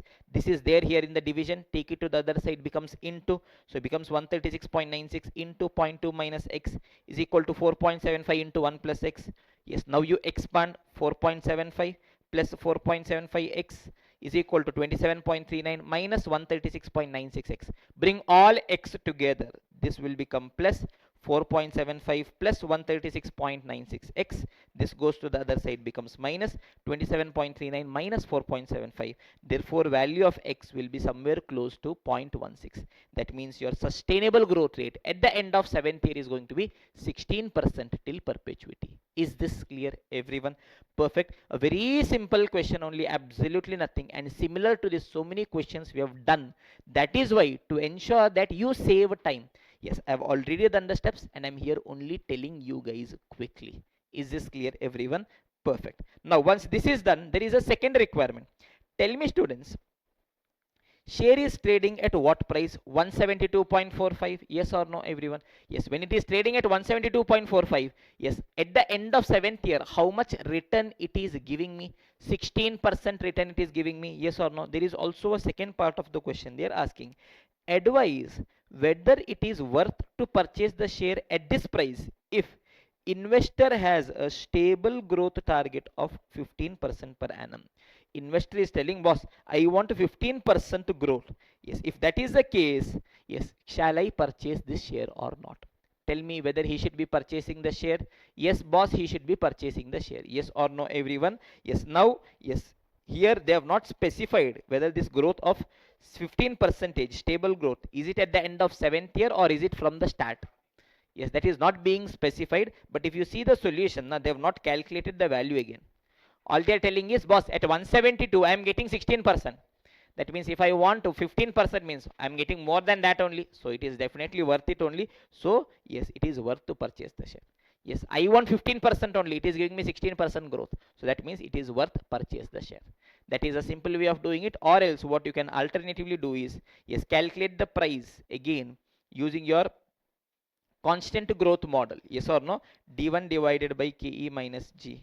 Yes, wherein your D1 is 6 divided by 0.2 minus 0.15, right? 15 percentage growth he wants, no?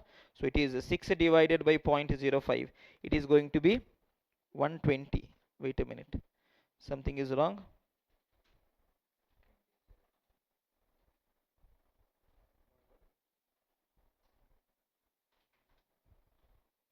Proposing dividend 15 percentage per annum. Yes, they have taken it that way. They have assumed that for 7 years this varying dividend I am getting, at the end of it I'll be getting a stable growth of 15%. I am getting 16% at 172, that means 15, obviously I'm getting more than that, so I will tell, okay, it is worth to buy. They have not done the calculations again, they have just given a comment here. Yes, I'm getting more return than I want, more growth. Yes, that means purchase the share. Is this clear, everyone? So with this, we have finished question number 8 also. Thank you so much, my dear students. Yes, everyone. So, welcome back after the break, my dear warriors. It is time for us to take our discussion forward. So, what is it that we're discussing? We're discussing a beautiful chapter, equity valuation. In that, what all we have discussed. We are currently in unit number 1, valuation of equity shares. In that, concept number 1 is the dividend based valuation. Yes or no, everyone? What all options can be possible? First, if yes, cash flows are held for limited period. Yes or no, share is held for limited period. Whatever is the dividend sale price, bring it to present value. Okay, if dividends are for unlimited period, yes or no, everyone, if share is held for unlimited period, in that no growth means directly dividend divided by KE. Constant growth, Gordon's growth formula, yes or no, it is a D1 divided by KE minus G. Yes or no, everyone? In case of variable growth, yes, I've told you a 3-step framework. Step number 1, calculate dividend for uneven growth. Step number 2, calculate price at the end of uneven growth. That is at the end of uneven growth. Next year onwards, it is going to be constant growth. That means here I can calculate the price. Yes or no? Price for the nth year, it is a dividend for n plus 1 divided by KE minus 1. Yes or no? Now I have a dividend for uneven growth. I have price at the end of uneven growth. Bring them to present value. We will accordingly arrive at value of this. Yes or no, everyone? Perfect. Yes or no, everyone? So this one we have seen. In case of no growth, constant growth, variable growth. Also we have seen. Additional notes. Yes, cost of equity calculation, it is risk-free rate plus beta into RM minus RF. Yes or no? Till here things we have done. Now it is time for us to take our discussion forward. Some more of basics is needed, my dear students. So that is what we will be doing right now. So what we are going to do is in basics, chapter number 0, we have something called as income statement, balance sheet and ratios. Sir, we have learned it in FR, sir, CFR, sir. Yes, this is going to be income statement balance sheet from AFM purpose. It's not for reporting purpose, from AFM, finance purpose, for decision making purpose, for calculation of ratios. So ratios we had seen, sir, in inter, so many ratios we had, sir, nothing we have understood. Sir, again in final, regular class also we had taken that. Also ratios, they told that also we didn't understand. Okay, don't worry, quickly I'll tell. But these are going to be basic ratios only. You know it already. In regular, yes, everything I'll explain. Again, one example we will do. Again, we'll be spending a good amount of time. Here still, quickly in a way that you guys can understand. Quickly, I'll tell it to you guys. Okay, first, pro forma income statement. Pay attention, everyone. This is how my income statement is going to look. Tell me, how will my income statement start? Income statement will start with the sales. From the sales, I will always first reduce my direct cost. Yes or no? Cost of goods sold. That gives me my gross profit, which is also called as my gross margin or gross income. Just remember your good old days wherein you were preparing trading P&L. Here there was a sales. Here I had a cost of goods sold. Yes, that used to give me my gross margin or gross profit. Yes or no, everyone? Perfect. From my gross profit, what all I need to reduce? Indirect cost, also called as other operating expenses. It includes all administration and selling and distribution expenses. Yes, when I'm talking about cost of goods sold, now it is my direct cost. Basically, it is my production related cost. Now, other administration and selling and distribution related cost will come under other operating expenses. This gives me my EBIT. Yes, earnings before interest and tax. Yes or no, everyone? Here, what all we have still not paid, interest we have not paid, tax also we have not paid. Now, it is also called as operating margin, operating profit. That is, by carrying out the operations, how much profit we earn. Yes or no, everyone? Perfect. Now, tell me, my dear students, simple example. Imagine 1,000 is my sale. Yes, to make this sale, now I've incurred a direct cost of 200 and other operating expense of 400. So tell me total, what is my operating cost to operate the business? How much cost I've incurred? 600 rupees to sell goods or services. That means my operating margin, operating profit is going to be how much? 400 rupees. Yes or no, everyone? Perfect. So from this, it is EBIT, earnings before interest and tax. First, I will reduce my interest. I will arrive at my EBT, earnings before tax. It is also called as a taxable income. On this income, we will be paying tax. Yes or no, everyone? From this, if I reduce my tax, yes, I will arrive at my profit after tax. Yes or no? It is also called as net income. Now, sometimes, yes, institute will give you operating margin, operating profit. Yes, I should be knowing what exactly is operating profit. By operating the business, what I'm getting, it is my EBIT. Taxable income is 10,000. That means, yes, the income on which tax should be paid, EBT. Yes or no? The net income is 5,000. It means it is a PAT. Yes or no, everyone? Tell me, my net income, profit after paying tax. Yes, this income, all taxes we've paid. Yes or no, everyone? We've paid, yes, debenture holders interest. Yes or no, everyone? This is the after tax profit. This amount is for two people. Who are the two people? Equity shareholders as well as preference shareholders, if any. Is this clear, everyone? So from this, first, I will pay off preference dividend. Yes, minus preference dividend. Yes, we will arrive at Patesh. Tell me, students, what will we arrive at? Patesh. Yes, what is Patesh? It is the profit available to equity shareholders. This is the amount which is available to equity shareholders. Is this clear, everyone? Yes. The amount available to equity shareholders. Is it necessary that full amount we give it to them? No. Portion of that we will distribute it to them as a dividend. Balance we will keep it as retained earnings. Yes or no? So from this, whatever dividend I have distribute, balance is going to be my retained earnings. Is this clear, everyone? This is going to be the format. This much is sufficient for us. Now, if you want to add a bit more, yes, in other operating expenses, I can also write my cash operating expenses. Just to tell, yes, from my gross margin, look at the students. I got my gross margin. Look at this. Sales minus cost of goods sold gives me my gross margin minus cash operating expenses. Here I will include my operating expenses, but only cash. Sir, what is their non-cash? Depreciation amortization. I have not reduced depreciation amortization. It gives me my EBITDA. Earning before interest, tax, depreciation amortization minus depreciation amortization gives me my EBIT. From this, the story is going to be the same one. If you want, in some places that way also it will be there, but majorly this is what is going to be there. Is this clear, everyone? Okay, fine. Balance sheet. How my balance sheet is going to look? Yes, very simple. Yes, in the asset side, we will have fixed asset, current asset. Yes or no? Yes. In the liability side, yes, equity portion, which is equity share capital as well as reserves and surplus. Then a debt portion, we will have long-term debt. Yes, then this is going to be the long-term debt. Then we will be having the current liabilities. Is this clear? Sir, preference share capital. If preference share capital is coming, understand we will treat it as a part of debt in AFM for financing purpose. Yes, for us it doesn't matter. Okay, in the books of accounts, yes, whether they are equity or debt holders. I am only seeing boss. Is there a fixed obligation? No fixed obligation. Yes, in case of debt, have raised 10 percentage debentures. Is there a fixed obligation to pay? Yes, boss, there is a fixed obligation to pay. I've issued 13% preference shares. Is there a fixed obligation to pay? Yes, boss, there is a fixed obligation to pay. So both also for me in AFM. Yes, recognition, all those accounting, everything you can do whatever. Here we are telling boss, both the places there is a fixed obligation to pay. Both of them are my debtor. Is this clear, everyone? Where there is no fixed obligation to pay, that is my. Is this clear, everyone? Perfect. Yes or no, everyone? Perfect. Sir, then why is it, sir, that here in the income statement, preference dividend separately have reduced? It is because when you're charging interest in your P&L, you will get the tax benefit. On preference dividend, you will not be getting. That is why this way we've done. Is this clear, everyone? Okay. Now look at this, look at this, look at this. Based on this, in the workbook, we are having an example. A simple, just for explanation purpose, I've created this. Look at the students. Sales is 10 lakh minus COGS is 6 lakh. That means what is going to be my gross margin? 4 lakh. From that, I pay my other operating expenses of 1 lakh. That means my EBIT is going to be 3 lakh. Yes or no, everyone? This question is telling that my long-term debt is 5 lakh. Interest is 10 percentage, so 5 lakh into 10 percentage, 50,000 is going to be my interest. That means my EBT, earning before tax, taxable income, is 2 lakh 50,000. Yes or no, everyone? Perfect. Tax rate is the 30 percentage, so 30 percentage of 2 lakh 50,000 is 75,000. PAT, net income, is going to be 1 lakh 75,000. Yes, tell me this net income. PAT, it is for two people. Equity, preference. Yes or no, everyone? Tell me, in that preference share capital is how much? 1 lakh. On that 10 percentage dividend I should be paying, that means 10,000 I will pay. That means what is the Patesh? Tell me, students at home. Patesh, profit available to equity shareholders is 1,65,000.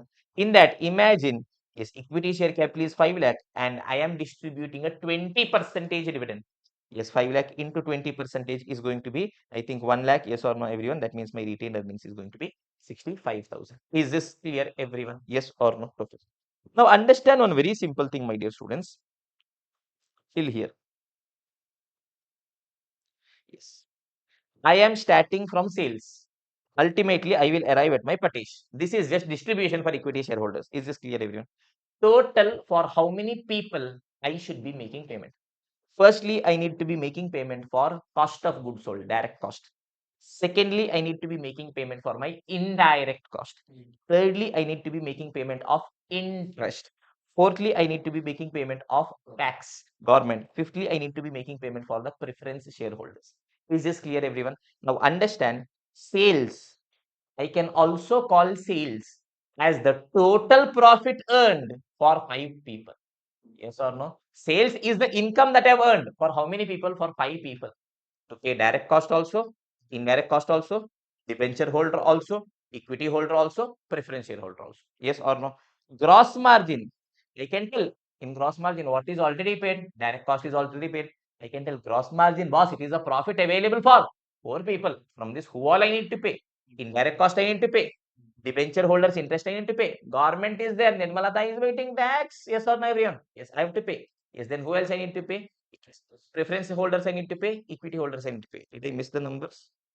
1, 2, 3, 4, 5. Yes. Sales, it is for 6 people. Sorry, 6 people. Direct cost, indirect cost, interest, then tax, preference shareholders, equity holders. It is a profit available for 6 people. This is a profit available for 5 people. EBIT, it is a profit available for 4 people. From EBIT, who all I need to be paying? Who all I need to be paying? Firstly, I need to pay the debenture holders interest. Then I need to be paying government the tax. Then I need to be paying preference holders the preference dividend. Then whatever is left out, that is there for equity shareholders. So EBIT, it is the profit available to 3 people. Yes, sorry, 4 people. What is this? Yes, interest holders, government, preference dividend, as well as equity. Yes or no, everyone? Perfect. Yes, EBT. It is the profit available to, yes, EBT, 1, 2, 3 people. From EBT, who all I'll pay? First, government I will pay. Then whatever is left out, preference I'll pay. Whatever is left out, equity. PAT. Yes, PAT. Is it the profit for equity? No, it is a profit available for two people, preference shareholders as well as for equity shareholders. So, what is the profit which is available for equity shareholders? It is the Patish. Is this clear, everyone? Yes or no? Till here, things are clear. Okay, boss. Now, from the above example, prepare balance sheet also after incorporating the retained earnings. Yes. Continuing the above example, assume balance sheet after incorporating retained earnings stands as follows. Just to calculate some ratios, I've kept a balance sheet also. Look at this. Equity share capital is 5 lakh, reserves is 1 lakh 50, preference share capital is 1 lakh, long term debt is 5 lakh, current liability is 50,000. All these things are given. Yes or no, everyone? Perfect. Now let's do one thing for fast track. Let me just remove preference share capital. Let me just make this 2,50,000. Is this clear, everyone? We'll keep it simple. Now pay attention, everyone. Yes, some basic equations we need to be knowing. Was 11th standard equations there. Still, I am repeating one time first. Total asset. Total asset. How do I calculate total asset? Fixed asset plus current asset. Yes or no, everyone? Any doubt is needed in this? No, boss. Fixed asset plus current asset. Then comes external liability. External liability. What all is coming under my external liability? Liability. It is my long-term debt as well as current liabilities. If preference comes, that also I will treat it as my liability. Yes, because in finance, I am seeing from the perspective of obligation. Equity, there is no obligation. Preference, there is obligation. Debt, there is obligation. Current liability, there is obligation. Obligation means liability. Is this clear, everyone? So if preference share is there, that will also come there. But here, for fast track, let us not consider that. Is this clear, everyone? Okay. Equity. People will be having a different names. Yes or no, everyone? Yes. JM, CMA JM. Yes. JM having backups. Yes or no? Yes. JM having additional backups. Yes. Different names. Yes or no, everyone? Perfect. Now, equity. What all different names can be there? Yes. It is called as equity. Yes, it is also called as the shareholders fund. Yes or no, everyone? Perfect. It is also called as the net assets. It is also called as the net worth. It is also called as the book value. Yes, equity. What is the amount contributed by equity holders? Tell me, students, how much equity holders have contributed? Initially, how much money they had raised? 5 lakh. But boss, periodically, whatever, yes, money they have earned, some portion they have retained and they have reinvested. How much is it? 2,50,000. So total, how much equity holders have contributed? 7,50,000. That is my equity. Yes or no, everyone? It is also called as the shareholders funds. How much did my shareholder contribute? Initially 5 lakh, subsequently across the life 2,50,000. Is this clear, everyone? Perfect. Two names are clear. Yes. Which one? Equity is clear, shareholders are clear. It is also called as a net asset. How much total shareholders have contributed? They have contributed towards the net asset. Tell me, students, what is the total asset? 12,50,000. In that, how much is my external liability? 5,50,000. That means what is the net assets? 12.5 minus 5.5. It is 7,50,000. Yes or no, everyone? Sorry, 7 lakh, is it? 1250 minus 550, it is at 7. Then I think there is a small numbering error. 5, 758, 12. Okay, we make this 9 lakh. Okay, or we'll make this 1 lakh, whatever it is. Huh? Correct only. Is it tallying? How? 750. 750 plus 58. 8 plus 5 is 13, right? 5 lakh 250 is 750. 750 50 is 8. 8 plus 5 is 13. Okay, nevertheless, 13 lakh 950 1250. This is 350. Just randomly, just for explanation purpose, just a random example I've created. Is this clear, everyone? Okay. Tell me, yes, it is also called as the net asset, total asset minus total liability. Simple, boss, you are preparing balance sheet. Yes, here total asset, here total liability, here it is equity. So on equity itself, you can call it as the net asset, total asset minus total liability. Yes, that is why it is also called as the book value. In the books, what is the value of my equity holders? In the reality, their value could be different. Say share is trading, Reliance share is trading at, say, for example, 2,000 rupees. Based on that, market value could be different. But in the books, what is the value of equity holders? It is equity share capital plus reserves and surplus, or else total asset minus total liabilities. Yes or no? It is also called as the net worth of the business. Net is in the books. What is the worth of the business? What is the worth of the equity holders? Is this clear, everyone? Any of these names you will see. Yes, equity, shareholders fund, book value, net worth, net asset. Everything means equity only. Tell me, how do I calculate my equity? Two approach. Either I can tell equity share capital plus reserves and surplus, or I can tell total asset minus total liabilities. Yes or no, everyone? Either I can tell equity share capital plus reserves and surplus, or I can tell total assets minus total liabilities. Is this clear, everyone? Perfect. Then comes working capital. Yes, to operate the business, I want working capital. How do I calculate my working capital, my dear students? It is a current asset minus my current liabilities. Yes or no, everyone? Fast track it is in regular. These things also, again, I spend a lot of time, but here, boss, it is not needed. Okay, because we have to finish off the entire subject. This, yes, inter you have learned, final regular. Again, you have learned, again, we are repeating. Is this clear, everyone? Fine. Now comes capital employed. This is a beautiful place wherein students commit mistake. Tell me, students, to run my business, I want fund. Who all will be giving me the fund? Two people will be giving me the fund to start the business, to run the business. Who are those?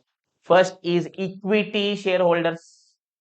With that, I'll also be having my debt holders. Yes or no, Adrian? Simple example. Yes, I want to start a business. For that, I want 10 lakh rupees. If I have 10 lakh, I can start a business to start machinery, etc. etc. If I have full 10 lakh with me, I can put full 10 lakh of mine. Or else, what I can do? 5 lakh I'm having of mine. I'll put 5 lakh of mine. Balance 5 lakh, I'll take a loan.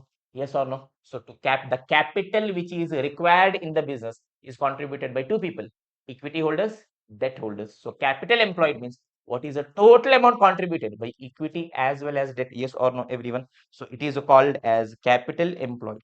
It is equity plus debt. Yes or no, everyone? Wherein equity, what all equity holders have given? They have given equity share capital also, reserves and surplus also. When I'm talking about debt, I am only talking about the long term debt, the capital which is required to start the business, to start the project. Yes or no? I'm not talking about the operating capital, the day-to-day working capital. Is this clear, everyone? So in my, yes, debt, I will be having the long-term debt, which is basically debenture, bank loan, etc., as well as if there is any preference share, that will also become. Is this clear, everyone? Perfect. Now, based on this, some basic ratios for us was basics only. First is gross profit ratio. Tell me, how do I calculate gross profit? What is it telling? It is telling my gross profit is how much percentage of sales. Yes or no, everyone? Tell me here. Gross profit is how much? 4 lakh. When my sale is how much? 10 lakh. So it is going to be 40% gross profit divided by sale into 100. Yes or no, everyone? Perfect. Next is operating profit ratio. Operating profit ratio. What is it telling? It is telling my operating profit. What is operating profit? EBIT. It is how much percentage of sales? Tell me, how much is my EBIT, students? 3 lakh upon 10 lakh. It is going to be 30 percentage. Yes or no, everyone? EBIT upon sales, 30%. Next one is a net profit ratio. My net profit is how much percentage of sale? Net profit is basically your, yes, PAT. Yes, 1,75,000 upon 10 lakh. It is going to be 17.5 percentage. Yes or no, everyone? Perfect. Then comes COGS ratio. COGS ratio. My cost of goods sold. Everywhere here, sales is the base. Yes or no? For 1 rupee sale, how much it is what I'm saying. Yes, my cost of goods sold is how much percentage of sales? Tell me, students, how much is my cost of goods sold? 6 lakh. When my sale is 10 lakh, that means my cost of goods sold, it is 60 percentage of sale. Yes or no, everyone? Perfect. That means if I'm doing a sale of 1 rupee, 0.6 is going to be COGS. Okay, great. Then comes my operating cost ratio. Operating cost ratio. Pay attention, everyone. To operate the business, what all cost I want? Direct cost I want. With that, indirect cost also I want. Yes or no? Tell me, these are other operating expenses. It is not the only operating expense. Yes or no? To operate the business, firstly, boss, directly product you want. But just having a product, is it sufficient? No, administration selling is also there. Yes or no? So when I'm talking about operating cost, yes, COG is also there. Other operating expense is also there. In our example, it is a 7 lakh. My operating cost is how much percentage of sale? 70 percentage of sale. 7 lakh divided by 10 lakh. Yes or no, everyone?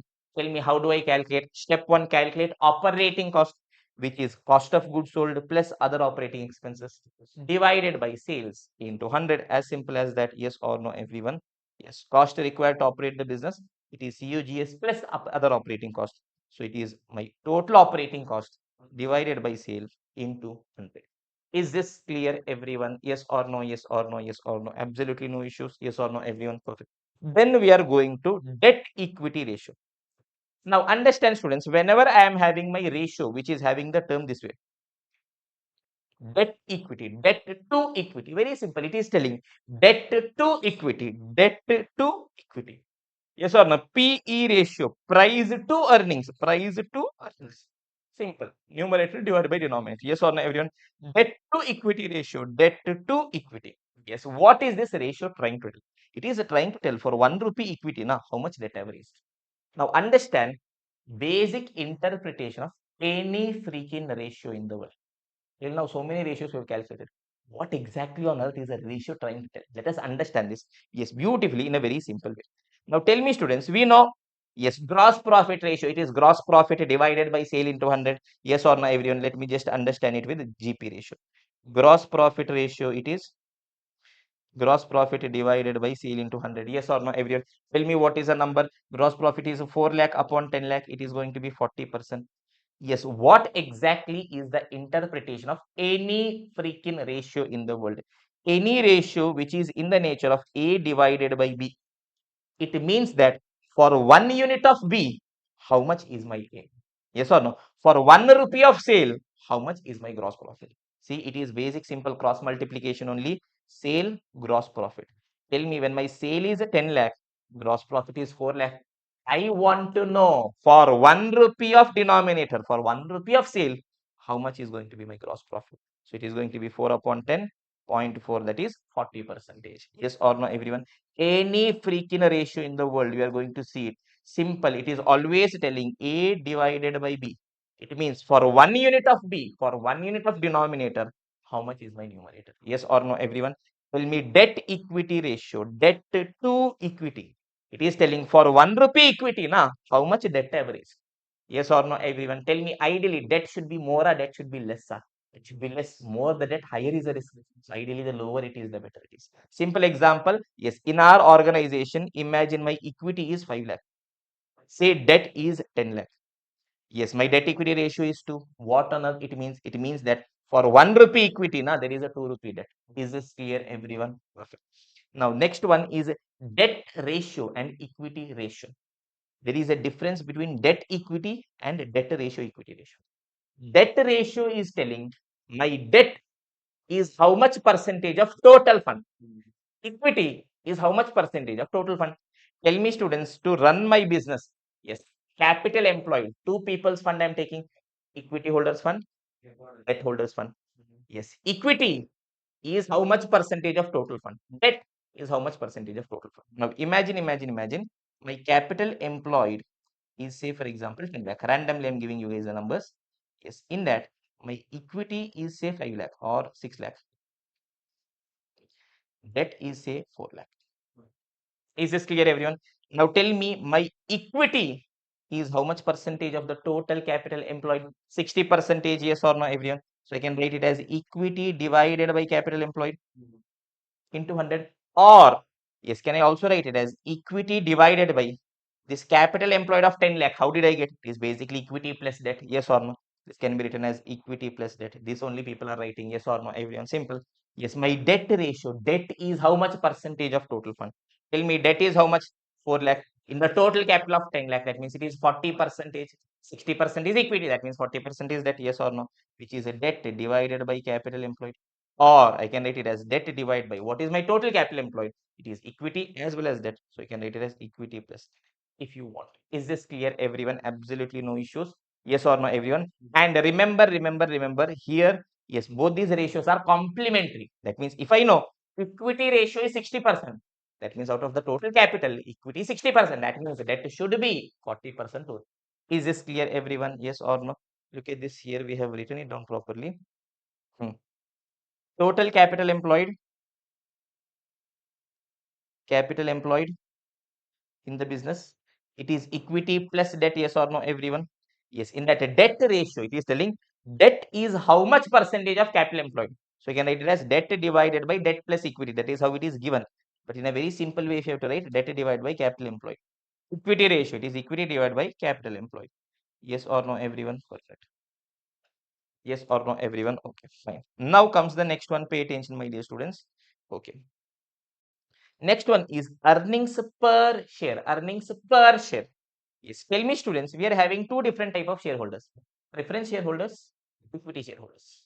For preference shareholder, am I giving them the right in the entire residual income? No. For them, I'm giving fixed preference dividend. Yes or no, everyone?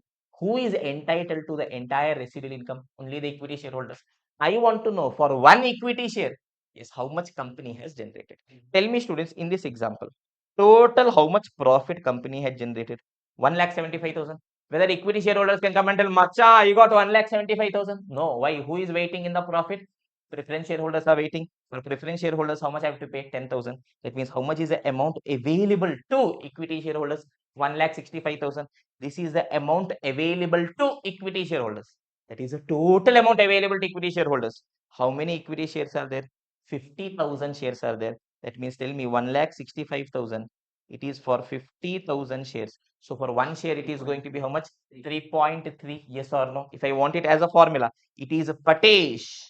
Patesh means it is the total profit available to equity shareholders divided by number of equity shares. Is this clear, everyone? Okay. Some people, some places you will find institute writing it as a PAT divided by equity shares. Because preference dividend, except in one or two questions in this entire curriculum, you will nowhere be finding. But we will not unnecessarily mess up. Because if in case in a question preference dividend is there and you have written PAT divided by number of shares, it will be a problem. Yes, we will follow the same structure. Preference dividend is there, we will write preference dividend. It is not there, we will put a dash. As simple as that. Yes or no, everyone? So it is going to be Patesh divided by number of shares. Yes or no, everyone? Then comes a dividend per share. How much dividend I have paid per share for one share? How do I calculate? It is a total dividend declared divided by number of shares. It is a dividend divided by number of shares. Yes or no? Quickly, I'm telling things, or else this itself I can spend for 1.5 2 hours. It doesn't add much value. Anyways, you guys are repeaters. Inter, you have learned. Finally, again, you would have learned. Yes or no, everyone? Perfect. Then comes book value per share. Tell me what is book value? Book value, book value. In the book, what is the value of the company or what is the value of equity? It is basically my equity. Yes or no? Here I want the book value per share. Tell me in this example, what is my book value? Equity's value. Yes, it is 7,50,000. It is a total value of equity holders. I want to know in the books, what is the value of one share? Tell me how many shares are there? 50,000. So I can tell 7,50,000 divided by 50,000. Is it 25? Yes or no, everyone? Not 25. I think it is 15. 750 divided by 50. How much is it? 15. Yes or no, everyone? Yes. Book value per share. Yes, it is book value divided by number of shares. Wherein book value means equity. That is equity share capital as well as reserves and surplus. Yes or no, everyone? Perfect. Now comes dividend yield. Dividend yield. Yes, it is telling, yes, how much dividend investor has received on the market price. It is the dividend per share divided by market price per share. Is this clear, everyone? Now pay attention quickly. I will just tell you guys one thing. Yes. Remember this always, students. If question is giving me dividend rate, you guys can write it in the basics. Dividend rate always applied as a percentage on face value. Yes. Dividend yield, it is always a percentage on market price. Yes. Dividend payout ratio, it is always going to be a percentage on the Patesh. Yes. Or EPS. Patesh is on total basis, EPS is on, okay, EPS on per share.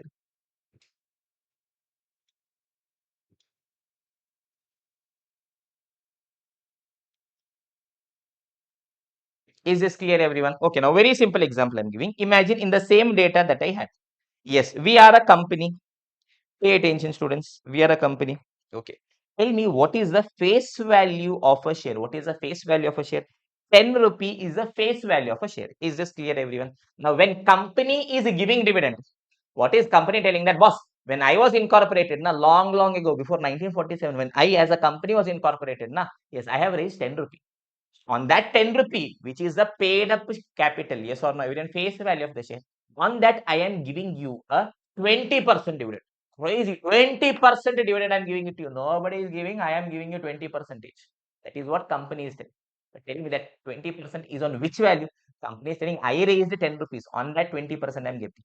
That means yes, how much investor is getting 2 rupees? Yes or no? So whenever question is telling dividend rate, who is distributing the dividend? Company. From company's perspective, company is always telling boss, I have raised the face value from you. So on that 20%.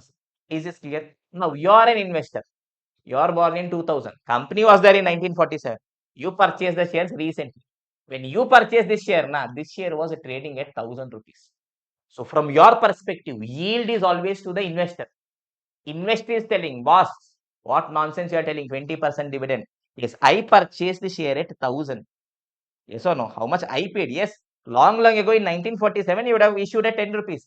Today, at what price I purchased? 1000 rupees. On this 1000, for me, how much dividend only I got? 2 rupees dividend only I got. So, for me, from my perspective, from my lens, dividend income is how much only it is going to be 0.2 percentage only. Yes or no, everyone?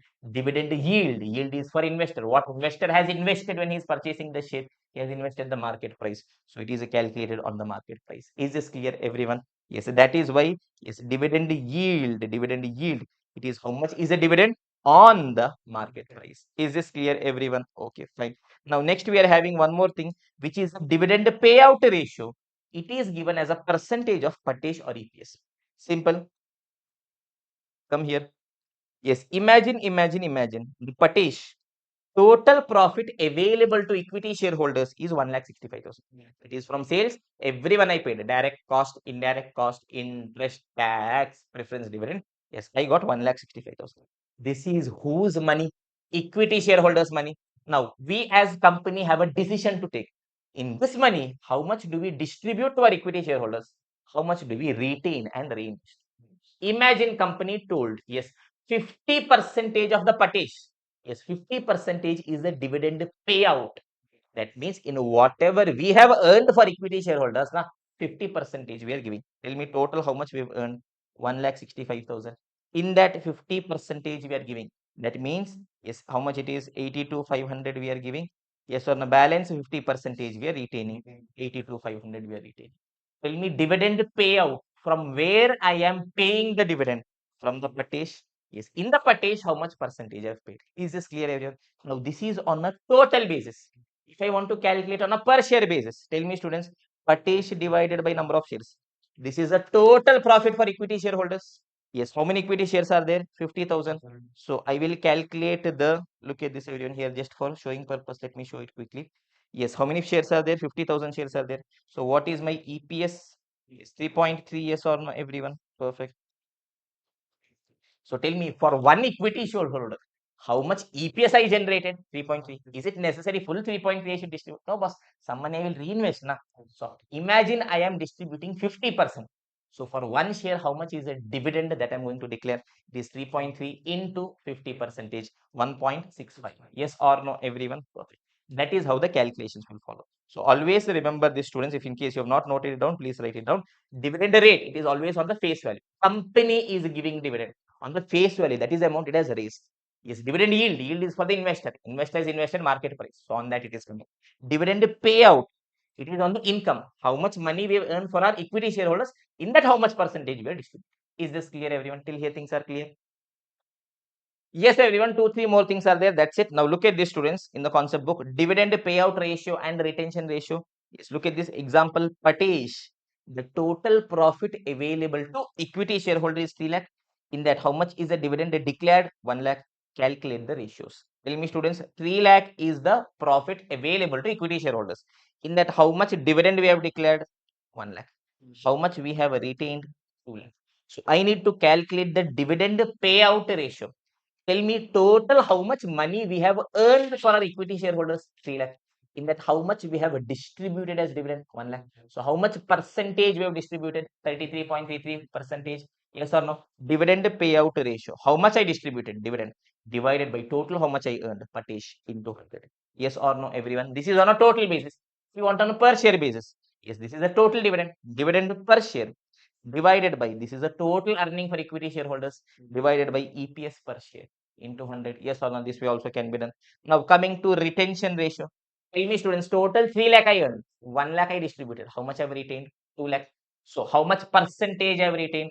Yes, 2 lakh I have retained out of 3 lakh earned. So it is 66.66 percentage. It is retained earning divided by Patesh into 100.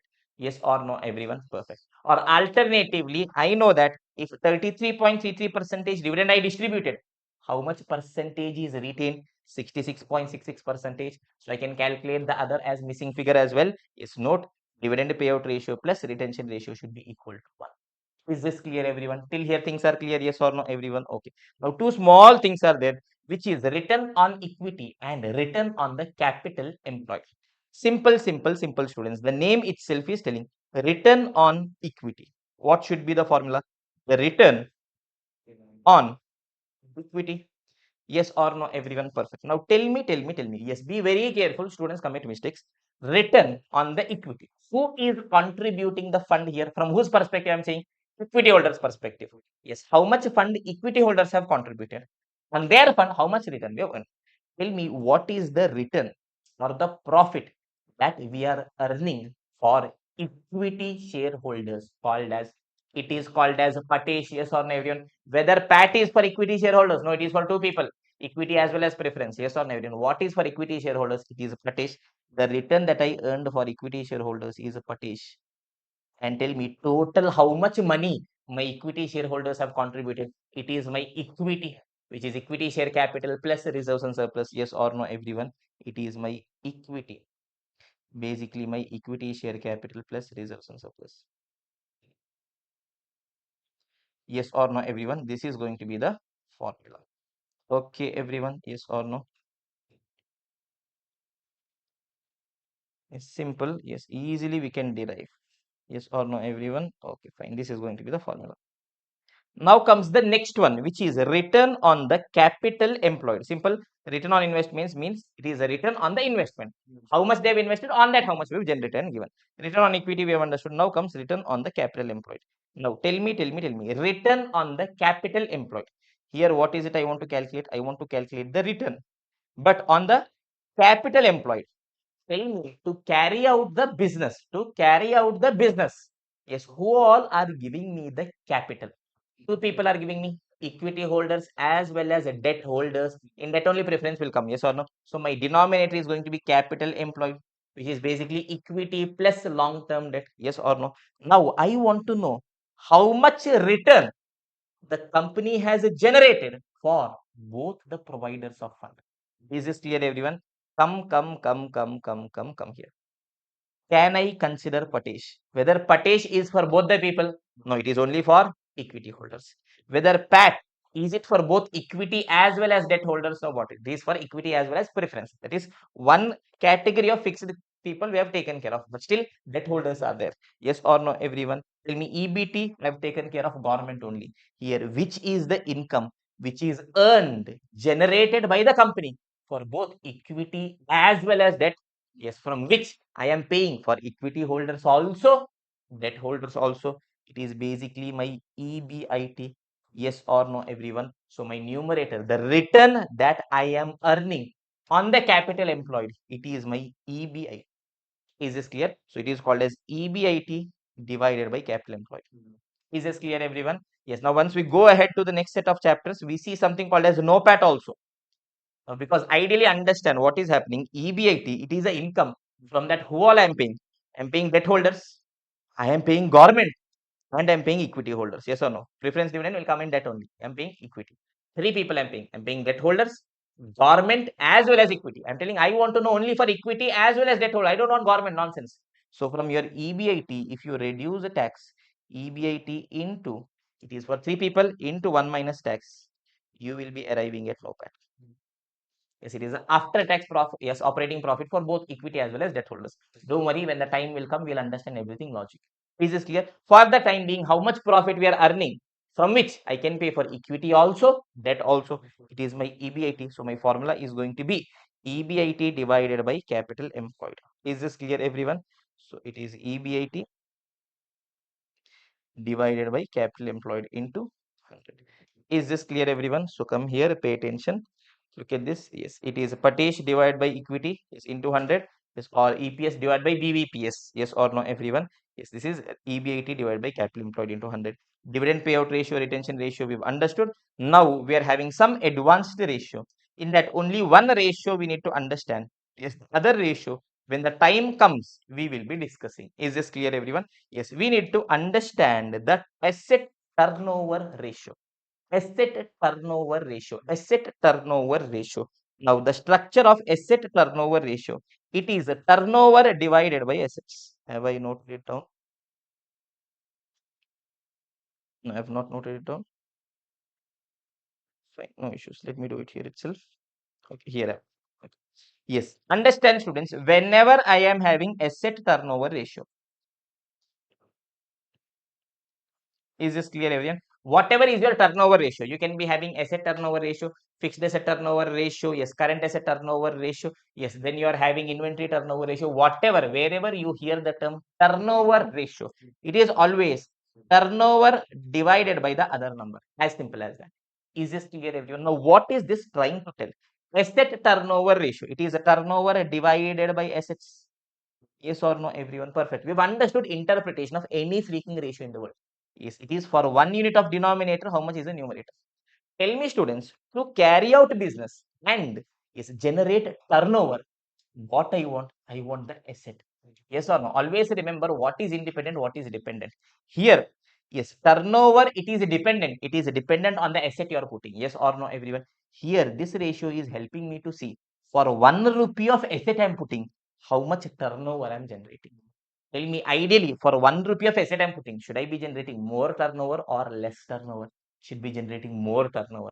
The higher it is, the better it is going to be. Yes or no, everyone? Simple example, two companies have told. One is Koti India Limited, one more is Kamesh India Limited.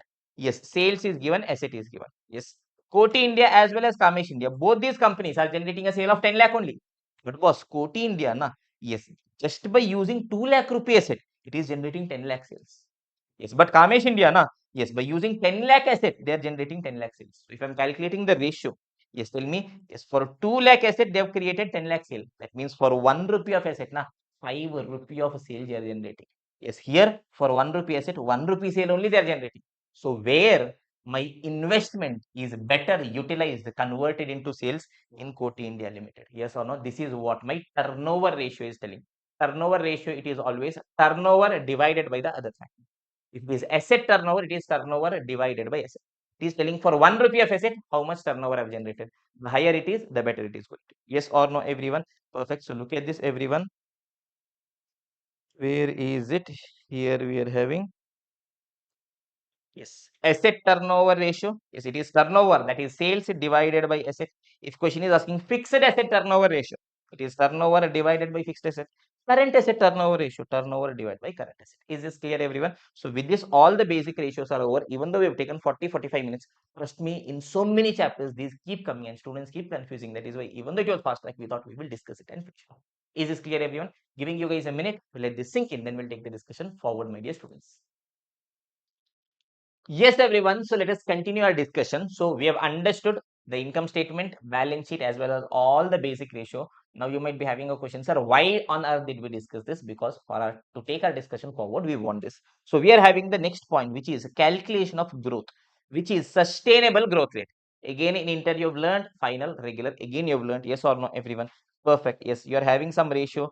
I think it is B into R, something like that. One ratio is there. G is equal to B into R. Some nonsense is there. Yes or no, everyone. Let us not use those shortcuts properly. Let us write what it means and logically you will understand. Simplest thing in the world. Now, why we are here?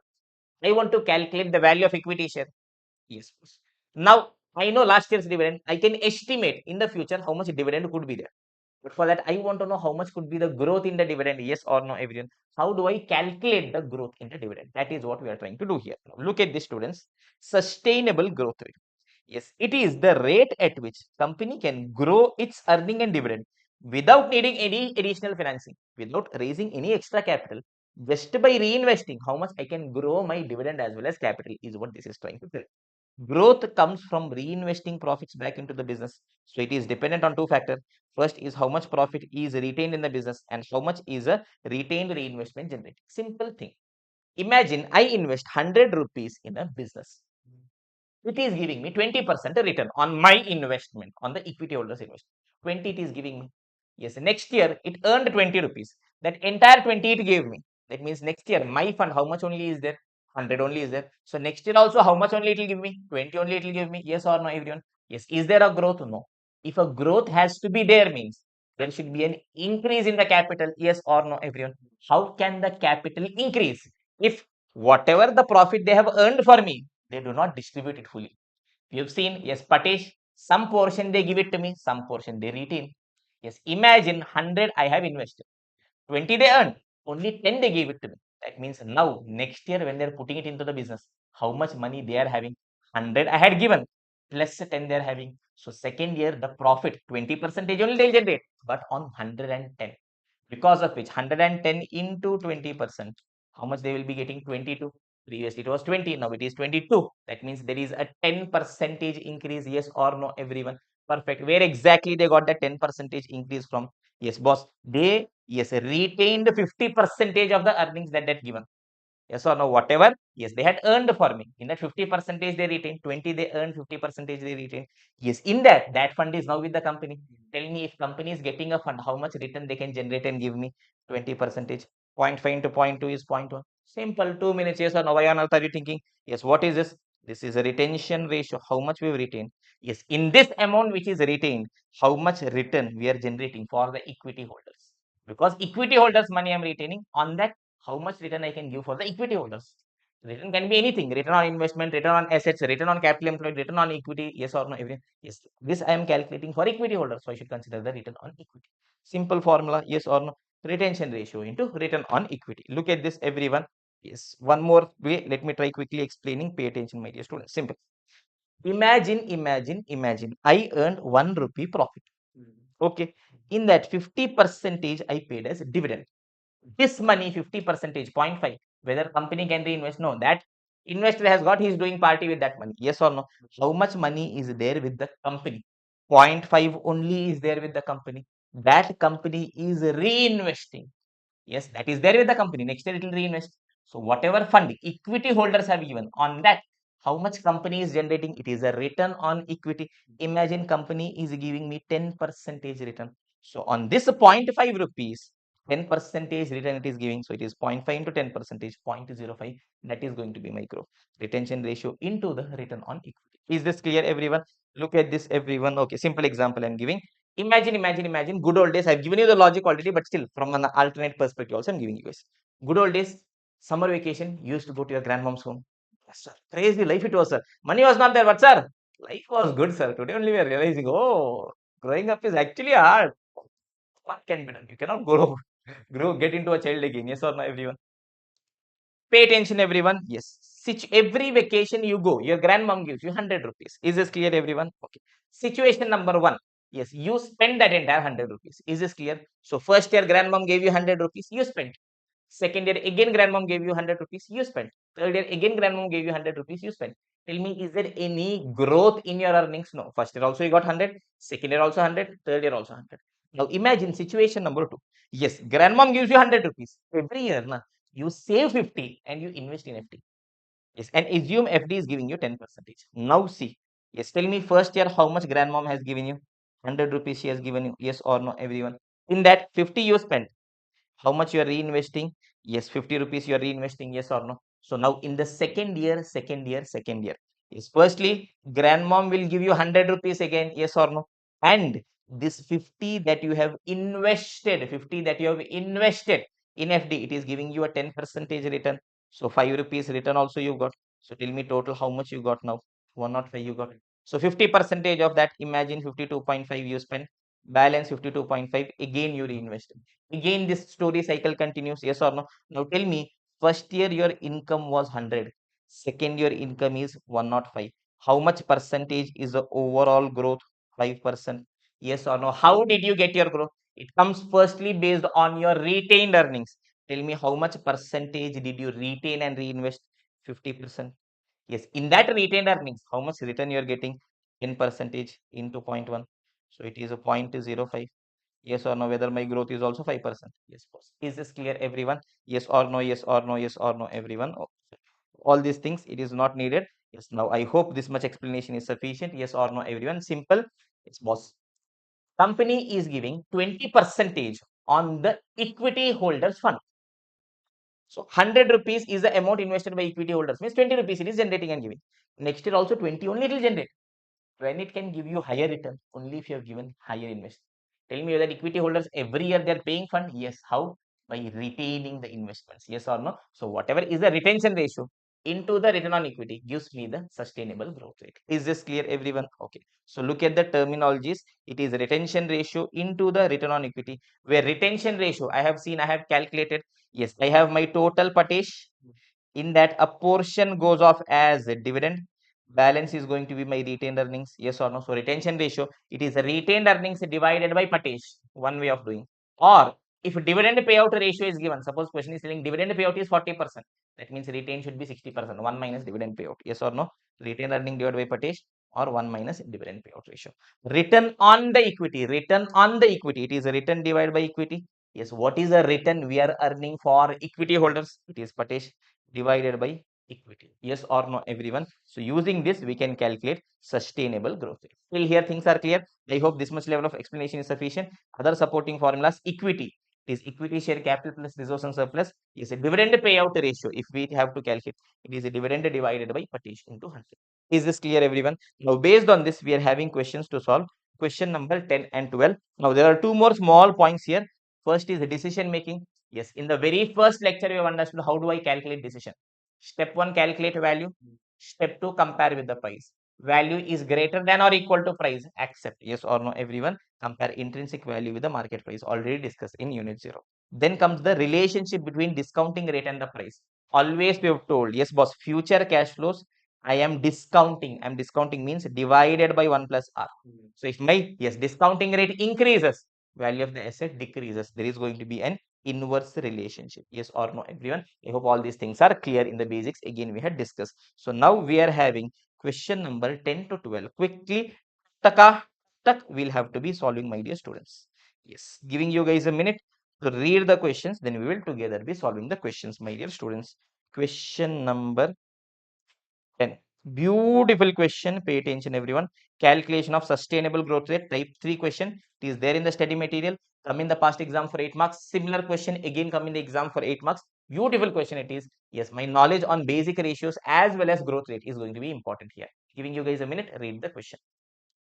Yes, everyone, let's quickly solve questions. 3 questions we are having, my dear students. Pay attention. Question number 10. Based on calculation of sustainable growth rate. Beautiful question. Question number 10. Study material as well as July 21 exam for 8 marks. Now look at this. Following data is available for PQR Limited for 2008. Okay, rupees in lakhs. 8% debentures. Okay. 10% debenture, 2007, 50 lakhs. Now tell me, students, for the financial year 2008, that means 2007 to 8, yes or no, everyone? Here 10% debentures, in bracket they have given 2007. It means these debentures are issued somewhere in the middle of the year. That is why the year they have given. Yes or no, everyone? Okay. Equity shares. Yes, 10 rupee is a face value. 100 lakh means altogether 10 lakh shares should be there. Great was. Reserves and surplus is given. Total asset is given. Asset turnover ratio is given. Oh. Tell me, students. Something is there. Yes or no, everyone? Okay. Effective interest rate is given. Okay, fine. Effective tax rate is given. Operating margin is given. Dividend payout ratio is given. Yes, current market price of the share is given. Required rate of return to the investors, which is cost of equity, is given. Yes, boss. What are they asking? Draw an income statement for the year. Is this clear, everyone? I need to draw the income statement. Tell me, students, where will my income statement start with sales? Do I have sales in the question? No. But is there a way for me to calculate sales? Yes. Now, always remember an important life philosophy, my dear students. Pay attention. Everything, whatever you guys are doing, is watching it at 2x, 2.5x, sleeping, scrolling, sleeping. Whatever. Come here. Important life philosophy. Always remember, there will be situations in life wherein the person we love the most will leave us. It will happen. But always remember, whenever a person is leaving your life, somebody else is entering your life. Whenever you are solving a question, I'm not talking nonsense. Yes, whatever data you are looking for, whatever data you are praying, God, please give me this data. Something will not be available. But remember, if one data is not available, It means something else will be available for us. Yes or no? So do not cry over spilled milk. Life philosophy. Gone is gone. I should have told this philosophy to myself 5 years back. Shit. Yes, all good philosophies and principles we realize late in our lives. Okay, fine. Back to the point. Pay attention, everyone. Now, sales, if it was given, I could have started my income statement. Whether sales is given, no boss. But to compensate for that, something else is given. Tell me generally whether asset turnover ratio will be given in the question. No. Here it is given. Yes or no? Somebody is going from your life. Means vacancy is there. Someone will come to your life. Yes or no, everyone? Perfect. Asset turnover ratio. It is turnover divided by asset. Yes or no? It is 1.1. Tell me what is the total asset given in the question 600. So turnover divided by 600 is 1.1. So that means my turnover should be 660. So I got my sales starting point. Yes or no? From there I will go. Tell me generally from my sales, first I will reduce cost of goods sold, then I will reduce my other operating expenses. I will arrive at my EBIT. Tell me cost of goods sold, EBIT, any of those data is given? No, boss. Again, we are stuck in a situation when one person is living our life. But boss, open your eyes. Someone else would have entered your life. Yes or no, everyone? Tell me operating margin. Generally, whether operating margin, will it be given in the question or we are calculating? Yes, we will be calculating if there is a need, but here it is given. Operating margin. Tell me what is my operating profit? EBIT.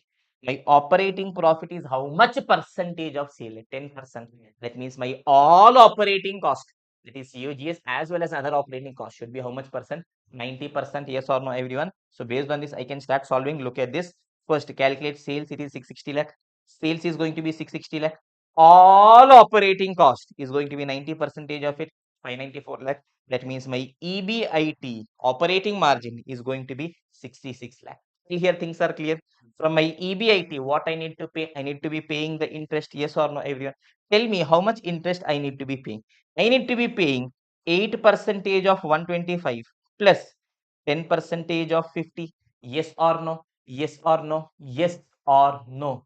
No. Why no? Because these bonds are issued in 2007.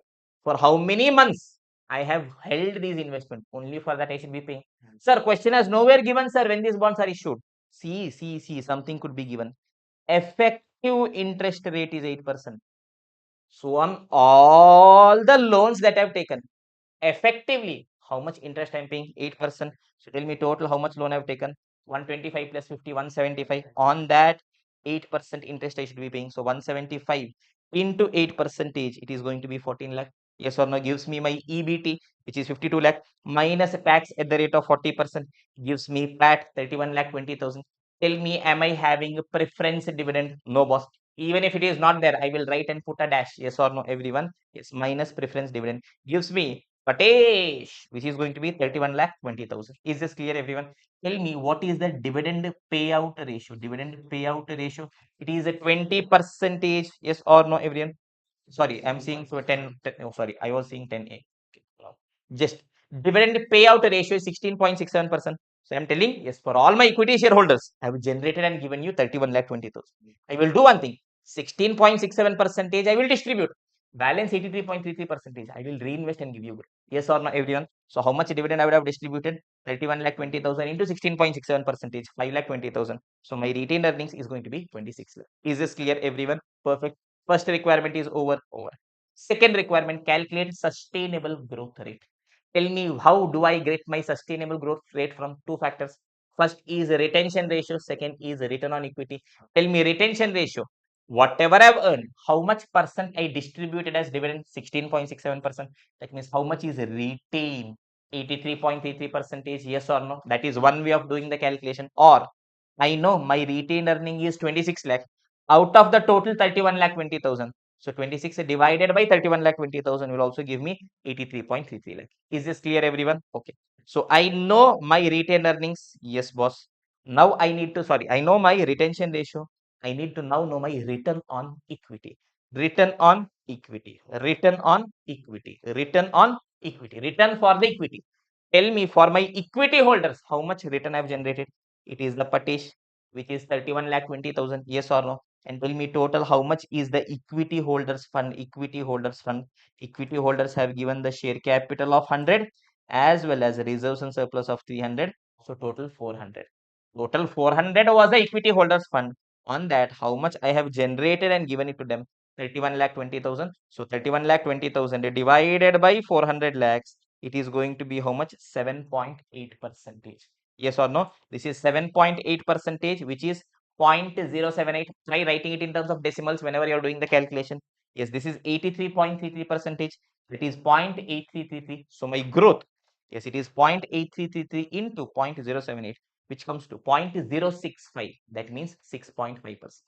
Always remember, students, whenever we are doing calculation, it is always better write your percentage in the form of decimals. Because otherwise, if you write it as 83.33 percentage into 7.8%, in your calculator in a hurry, you will do, okay, boss, 83.33 into 7.8.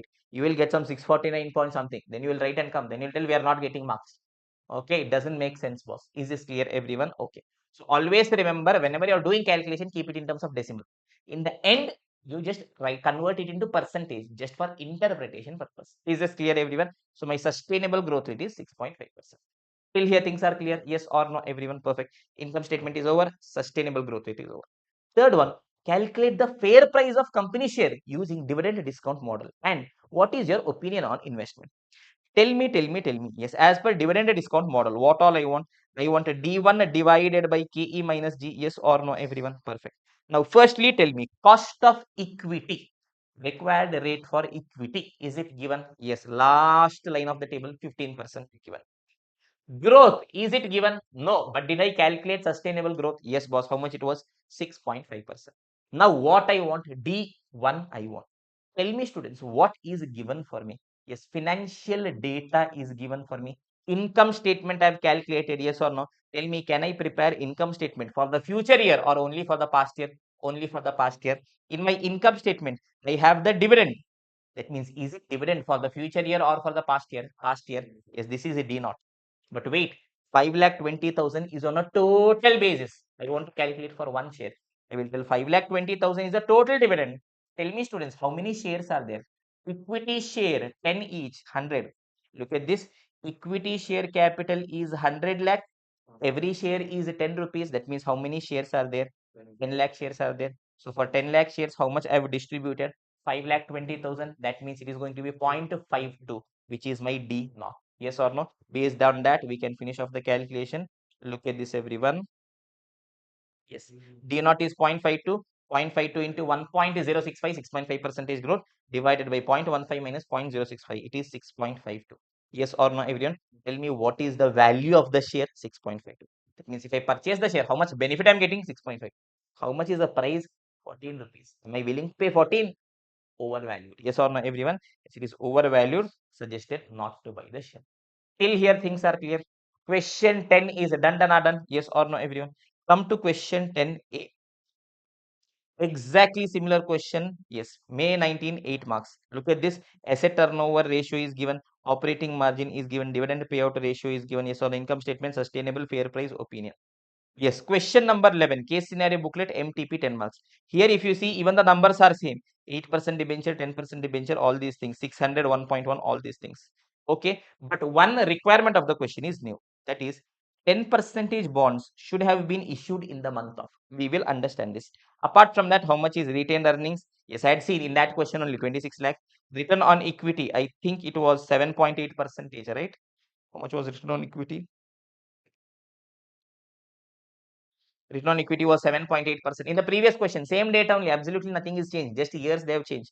Yes or no, everyone? And sustainable growth rate was 6.5 percentage. Fair price was coming to some 6.51, if I'm not wrong. Yes. Yes. Look at this here. This is option C, D, B, D. C, D, B, D. Yes or no, everyone? Just one part is new. Yes, even though one part is new, still we have kept that question separately for you guys. Is this clear, everyone? Now, this part, let me try discussing it here. What exactly is question asking? Pay attention, students. If you see question number 10. Yes. Okay. Now, they are asking this 10 percentage bond, na. Yes, there is this financial year 2007-8. Yes or no, evident? It starts on 1st April 7, 31st March 2008. Is this clear, everyone? Perfect. 10 percentage bonds, they are issued somewhere in this year. When they are issued is what question is asking. Tell me what should be my approach to calculate. Two approaches are there. One is a long detailed approach. If it comes in MCQ now, I will show you an approach to solve it in 10 seconds. Okay, now let us see the long detailed approach. Tell me students, 8% debentures were issued long back. So on that, full interest I will be charging, yes or no, everyone. So 125 into 8% I will be charging. Yes, this 50 lakh debenture, it is issued in this year. So how much will be the interest? 50 lakh into 10% into for how many months I am using it, only for that month I should charge. Simple example, assume I have issued it in the month of September, 1st September. That means for how much months I have used their fund? September, October, November, December, Jan, Feb, March, 7 months. Only for 7 months I will be charging interest, yes or no, everyone? Perfect. So it is going to be 50 into 10% into 7 by 12. Now tell me, do I know for how many months I'm using? No. Whatever I don't know in life, I'll take it as X. So I will assume that for X months I'm using. So total interest, it is going to be interest on debentures plus interest on bond. I know my total interest. My total interest is going to be effectively 8% of the total fund. It is 175 into 8%. Accordingly, I can solve the equation. Pay attention. Here I have done. Look at this, everyone. Okay. Calculation of issue date of bonds. Yes, total interest to be paid is 175 into 8%, 14 lakh. Yes, boss. Total interest. It is nothing but interest on debenture plus interest on the bond. Let me assume that bond interest is payable for X months. Okay, this is 14 lakh. Yes, debenture is 125 lakh into 8%, which is 10 lakh. Now, bond interest. Yes, it is a 50 lakh average. What is the interest? 10%. Am I paying for the full year? No, only for X months into X by 12. Yes, I will simplify this. I will arrive at X as 9.6 months. Is this clear, everyone? Solve it. Now understand, how do I calculate this? How do I calculate this? Tell me. Yes. This was 1st April. Let me do it from this question perspective only. Yes. Financial year 2008, yes or no? That means it is starting from 1st April 2007 and ending on 31st March 2008. Yes or no, everyone? Perfect. Somewhere here I have issued the bond. Tell me, students, yes, for how much period I will charge the interest? From the date bond is issued till the end of the year. If bond is issued on 1st of September, from 1st of September till 31st of March, yes, 7 months interest I will be charging. Tell me here for how many months interest I am charging?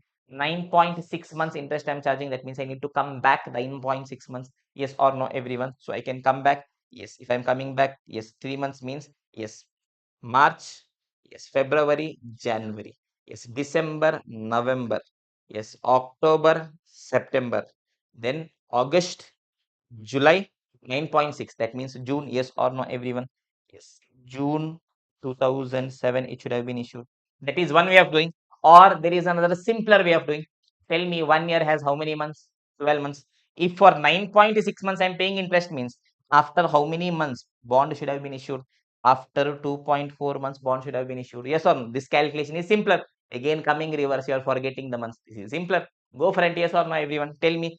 April, May, 2.4, that means somewhere in the middle of June. So it should have been issued in the month of June 2007. Is this clear, everyone? If you are coming to this question, yes, here it is. Yes, June 2022. Just years they have changed. Everything else is the same only. Should have been option number B. Is this clear, everyone? Okay. Now, this is the long detailed approach.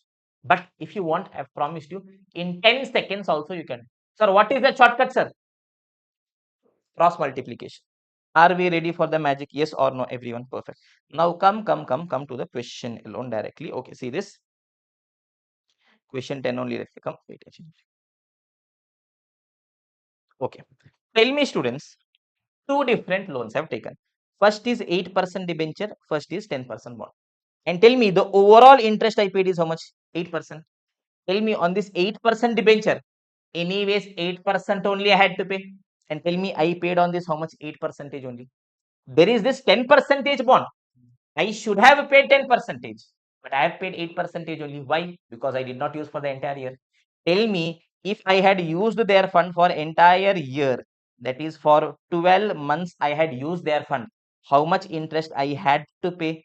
10% I had to pay. But boss, I paid 8 percentage only. That means for how much months only I used their fund? It is 8 into 12 divided by 10.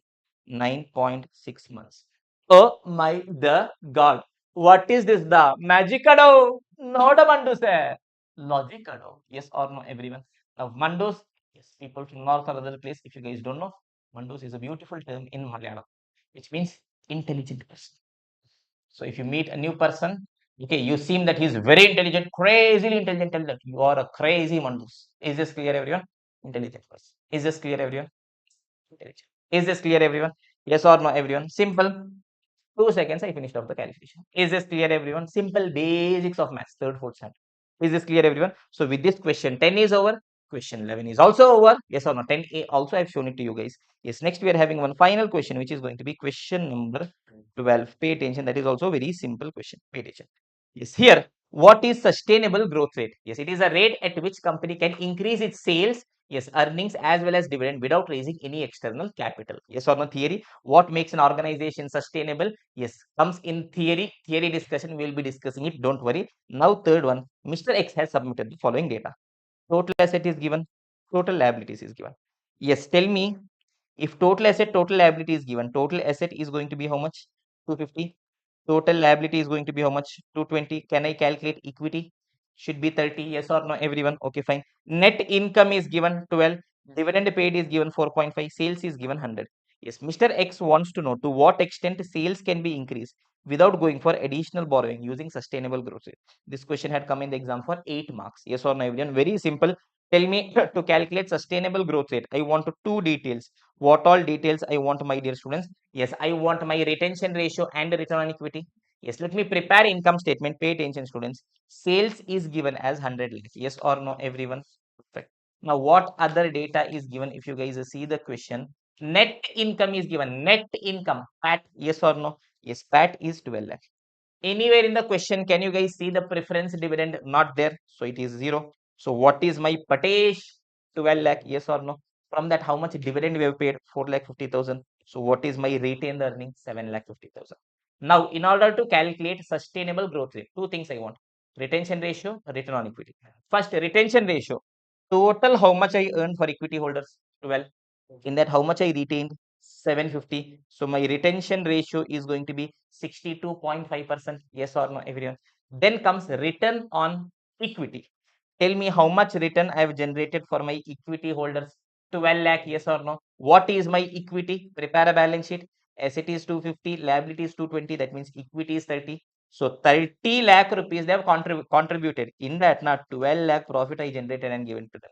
That means the return on equity is going to be how much, my dear students? It is going to be 40%. Yes or no? So my retention ratio, 62.5% I'm returning. On that, 40 percentage extra income they will be generating, which is going to be 25 percentage. So my retention ratio is going to be, sorry, growth is going to be 25 percentage. Is this clear, everyone? Perfect. Is this clear, everyone? Okay. Now, see what is the question asking. Mr. X wants to know to what extent sales can be increased without going for additional borrowings. Is he asking to what extent? Yes, my profit can be increased. No, sales can be increased. Now understand, my dear students. Okay, because it is fast track, I have not explained in detail sustainable growth rate concept. Yes, simple. What is happening in sustainable growth rate? Yes, whatever is the profit we have earned, portion we are reinvesting. Yes or no? So based on that, company is having extra capital. So they can be making extra sale. So from that extra sale, they'll be getting extra EBIT. From that, they'll be getting extra profit. Yes or no? From that, they'll be distributing extra dividend. That is where all this growth is coming. Yes or no, everyone? I am reinvesting money. Obviously, from where extra profit will come? Only if there is an extra sale. All those ratios will be same. I'm assuming all ratio is same because there is a higher capital. Na? Sale will be higher. So accordingly, EBIT will be higher. Accordingly, Patesh will be higher. Accordingly, dividend will be higher. So in sustainable growth rate, if my sustainable growth rate is 10%, it doesn't just mean that my dividend will grow by 10%. It means my sale will also grow by 10%. My PAT will also grow by 10%. Yes, my EPS or Patesh will also grow by 10%. My dividend will also grow by 10%. Is this clear, everyone? So tell me, last year's sale was how much? Last year's sale was how much? Yes, 100 it was. Yes or no, everyone? In question number 12, last year's sale was 100. Yes, tell me my sustainable growth rate is going to be how much? Yes, it is going to be 25 percentage. So we can try going for an additional 25 percentage sale, 100 plus 25 percentage. We can achieve 125 lakh sale without going for any additional borrowing. Yes or no? Just by reinvesting, we can go for that. Now look at the solution, my dear students. Yes, here it is available. Yes, key answers. Return on equity is 40%. Okay. Yes, sustainable growth rate is 25 percentage. Okay, don't see how they have done G into 1 minus H, all those nonsense you don't see. Answer is tallying. Okay. How much extra sale, maximum sale we can reach? 125 lakh sales we can be reaching. So how much extra? 100 was there, 125, that means 25 lakh extra. Is this clear, everyone? This is alternate answer. Don't try seeing the alternate answer. You guys can directly strike it off. Is this clear, everyone? Perfect. So with this, we have understood what all you have understood. Income statement, balance sheet, basic ratio, sustainable growth rate. It is a retention ratio into return on equity in questions on sustainable growth rate. Done, we've solved. In the next video, we will discuss and finish off completely concept number 1, my dear students. So see you guys there. Take care. Bye. Yes, everyone. So, welcome back after the break, my dear warriors. It is time for us to take our discussion forward. So, concept number 1, last few pointers are there. Yes, we have taken slightly more time because so many of my basics are also we are setting things right here. So, that subsequent units, subsequent chapters quickly will be in a position to go ahead. So, one more small point of basics is there, which is the calculation of IRR, internal rate of return. Yes or no, everyone? Yes, you have learned calculation of IRR. Yes, in your inter days final also you have seen NPV at the lower rate plus some higher rate minus lower rate divided by some NPV at lower rate minus higher rate into something was there. I myself don't know the formula. Some nonsense formula is there. Now let us try understanding exactly what is the calculation of IRR, what is interpolation, why we are doing it. That too in a quick. Now understand what is IRR, internal rate of return. It is the actual return earned by a project in present value terms. Fine. It is the discount rate at which my NPV is equal to 0. Now understand why exactly we are doing. Understand, students. I want to calculate the return. Simple example I am giving. 100 rupees I invested today. At the end of first year, 120 I received. So tell me how much I invested? 100. How much I received? 120. So how much is a return? 20 on 100, 20 percentage. So I need to know on my investment how much return I am getting. Yes or no, everyone. How I can? Phase number 1.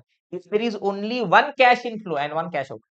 Today I'm investing, 1 year later I'm getting. Today I'm investing, 2 year later I'm getting. In that case, directly I can calculate my return. Look at this, everyone. 100 I invested today. First year I'm getting 110. Yes or no? One investment, one out, one inflow. Sorry, one inflow, one out. Yes or no, everyone? How do I calculate my return? Simple. 100 has become 110. That means 10 I received upon 100. It is going to be 10% one way. Or second way is, boss, I am going front. At what rate if I go front? I am reaching 110. I don't know the rate. Let me assume my rate is equal to X percent. So tell me 100 is there. I am going front, include interest into 1 plus X is equal to 110. Yes or no, everyone? Perfect. Bring 100 to this side. Yes, into 100 becomes divided by 100. 1.1 is equal to 1 plus X. Therefore, X is equal to 0.1, that is 10%. This way also I can be doing. Yes or no, everyone? Perfect. Or alternatively, using interpolation also I can be doing. Tell me, students, how I can calculate using interpolation. 0, 1. Today, if I'm investing 100, now first year later I'm getting 110. And how much return I'm getting? Let me see, am I first getting 5% return? So that I can see, okay, am I getting 5% return or more than that?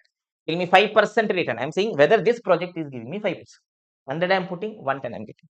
Tell me 100 and 110, is it comparable? No, they are in different periods. I need to bring it to the same period. So what I will do, bring it to present value at 5% if I'm discounting, divided by 1.05. So tell me 110 divided by 1.05, it is going to be how much? 104.76. So my NPV is 4.76. Yes or no? What does it mean? What does it mean, boss? 100 I'm putting, 110 I'm getting. I wanted to see if this project is giving me 5%. Is this project giving me 5%? Yes. In fact, it is giving me more than 5%. So much more it is giving. Let me try discounting it at 8% divided by 1.08. 110 divided by 1.08. Yes, it is coming how much? 101.85. Yes or no, everyone? Perfect. So tell me whether my NPV is positive. Yes, boss, 1.85. What does it mean? Whether this project is giving me 8%? Yes. In fact, it is giving me a bit more than 8% only. Okay, let me try seeing if this project is giving me say 12% divided by 1.12. So 110 divided by 1.12, it is going to be 98.2. Yes or no, everyone? Yes, so 100 minus 98.2, it is minus 1.78. So tell me, is this project giving me 12%? No, it is giving me slightly less than 12%. So it is giving me more than 8%, slightly less than 12%. Yes or no? I know in this case it is going to give me 10% only. So let me discount it at 10% divided by 1.10. 110 divided by 1.10 is going to be 100. NPV is 0. Yes or no, everyone? I know that this project is going to give me exactly 10%. Now understand, there is one inflow, one outflow. I want to calculate my return. Either I can do interpolation, wherein randomly I'm throwing stone. Okay, is it giving me 5%? Yes, it is giving more. Is it giving me 8%? Yes, it is giving me more. Is it giving 12%? No, it is giving less. That means how much it is giving me? 10%. That is one way of doing. Or else, boss, directly only I can assume my return is equal to X and calculate. Yes or no, everyone? This is simple. I can calculate, assume my return as X and accordingly calculate. Till here things are clear. I'm having one inflow, one outflow. Now comes the magic. I am having one investment. Tell me, students, you invested in a project. You started a business. Today you are investing. Every year you are getting money. Yes or no, everyone? Today you are investing, again in between you are investing. Again, every year you are getting cash inflow. Yes, you purchase the share. Today you are purchasing. Every year you are getting. Is this clear? Tell me, am I having just one outflow and one inflow, or one outflow and multiple inflow? Multiple inflow. Yes or no, everyone? Look at this. One investment value and multiple inflow. Imagine 100 I am putting. First year 80, second year 70, third year 60 I am getting. How much is the return I am getting? What was my first approach? Let me assume return is equal to X%. So if I discount it at X%, I should be getting the value, right? No. Why? Because understand, if you discount it using X%, what will happen? This present value, it is 80 divided by 1 plus X. This one, it is a 70 divided by 1 plus X whole square. This is 60 divided by 1 plus X to the power of 3. It should be equal to 100. Yes or no, everyone? Perfect. This is the present value of cash inflows minus initial investment should be equal to 0. Yes or no, everyone? But tell me, students, see how my denominator is. Yes, 1 plus x whole square, 1 plus x to the power 3. Sir, we can do this now, sir. I can take 1 plus x to the power 3 as common. Here, let me multiply by 1 plus x whole square. Here, let me multiply by 1 plus x. Here, let me keep it as it is. Keep solving. You will never get the answer. Yes, it is going beyond a quadratic equation. Yes or no, everyone? You will go mad. It is going to be very difficult to solve. Is this clear, everyone? So now, what is the only way left? Yes, you throw stones. You try saying, okay, is it giving 8%? Okay, it is giving. Okay, is it giving 9%? It is. Is it giving 11%? No, it is not. That means somewhere in between it is coming. How much you interpolate? Is this clear? I'm giving you guys a reason, logic as to why do we interpolate. Interpolation you've learned, but why? Return I can calculate just by comparing inflow outflow. Na? If there is only one inflow, one outflow, you can directly calculate the return. But boss, if there are multiple cash flows, you cannot do it. Your equation is going to be very challenging. In that case, the only option left is throw a stone. Yes or no, everyone? Yes. Take a big stone. Give your best shot. The person falls, falls. Or pick another stone. False, or else life is big, stones are too many. Yes or no, everyone? 7.8 billion people in the world. Is this clear, everyone? Okay. So it is computed. So let us try calculating the interpolation. Yes, pay attention, everyone. Perfect. Yes, I have told you guys in the first example, investment is 100, cash inflow is 110. Yes, if I discount it at 5%, yes, let me bring it to present value at 5%. 110 divided by 1.05, it is 104 point. Present value of cash inflow is 104.71. Yes or no, everyone? Now, what is the meaning? What is the meaning? Understand, students. It means that if I had invested 104.71, I will be getting 5% return. Yes or no? How much it will be? 104.71 plus 5%. 110 it will be. Yes or no, everyone? Yes. If I invest 104.71, this project is giving me 5% return. But tell me, did I invest 104.71? No, I invested 100 only. I invested less money. That means I'm getting more return. Yes or no, everyone? Let me discount at 9%. What is the present value of cash inflow? Yes, it is 110 divided by 1.09. Yes, it is 100.91. Yes, what does it mean? If I invest 100.91, this project is giving me 9% return. 100.91 plus 9%, 110 it is giving. Did I invest 100.91? No, boss, I invested 100 only. I invested less. That means I'm getting more return. Yes or no, everyone? Yes. If I discount at 12%, 110 divided by 1.12. Yes, it is 98.21. What does it tell? It is telling if I invest 98.21, that is a value, I will get 12%. But did I invest 198? I invested 100, na boss. That means I'm not getting 12%. I'm getting slightly less than that. Is this clear, everyone? Okay. Now, how exactly do we calculate interpolation? Pay attention, my dear students. Now, look at this, look at this, look at this. Okay, all these things are fine. Now, where is my second example? Okay, second example, let me try calculating interpolation. Pay attention, students. Yes, directly using the second example, let me try doing, or else let me do it for the first example also. Pay attention. Where is it? Okay, fine. Okay, directly. Now pay attention, students. There are different ways to calculate interpolation. To do that, is this clear, everyone? Now generally institute calculates NPV, but I generally do not want to calculate NPV. Why? Because when we are doing, we want one NPV to be positive, one NPV to be negative. When one of the figures is negative, students commit a mistake there. So how I will be doing it? Pay attention, students. Very simple, no formula. Yes, lower rate plus NPV at lower rate minus higher rate, forget it. Draw a line. Line should be straight. Yes or no, you will get your answer. Tell me where my value is close to 100 amongst these two rates. Yes or no, everyone? Tell me, if I'm discounting cash flow at 9%, how much is the present value? 100.91. I'm telling boss, if I'm discounting at 9%, na, yes, my present value is 100.91. Yes or no? But if I'm discounting at 12%, na, present value is 98.21. 12%, na, it is 98.21. Yes or no, everyone? Simple. Yes, if I'm discounting it at 9%, present value of cash inflow is 100.91. If I'm discounting it at 12%, it is 98.21.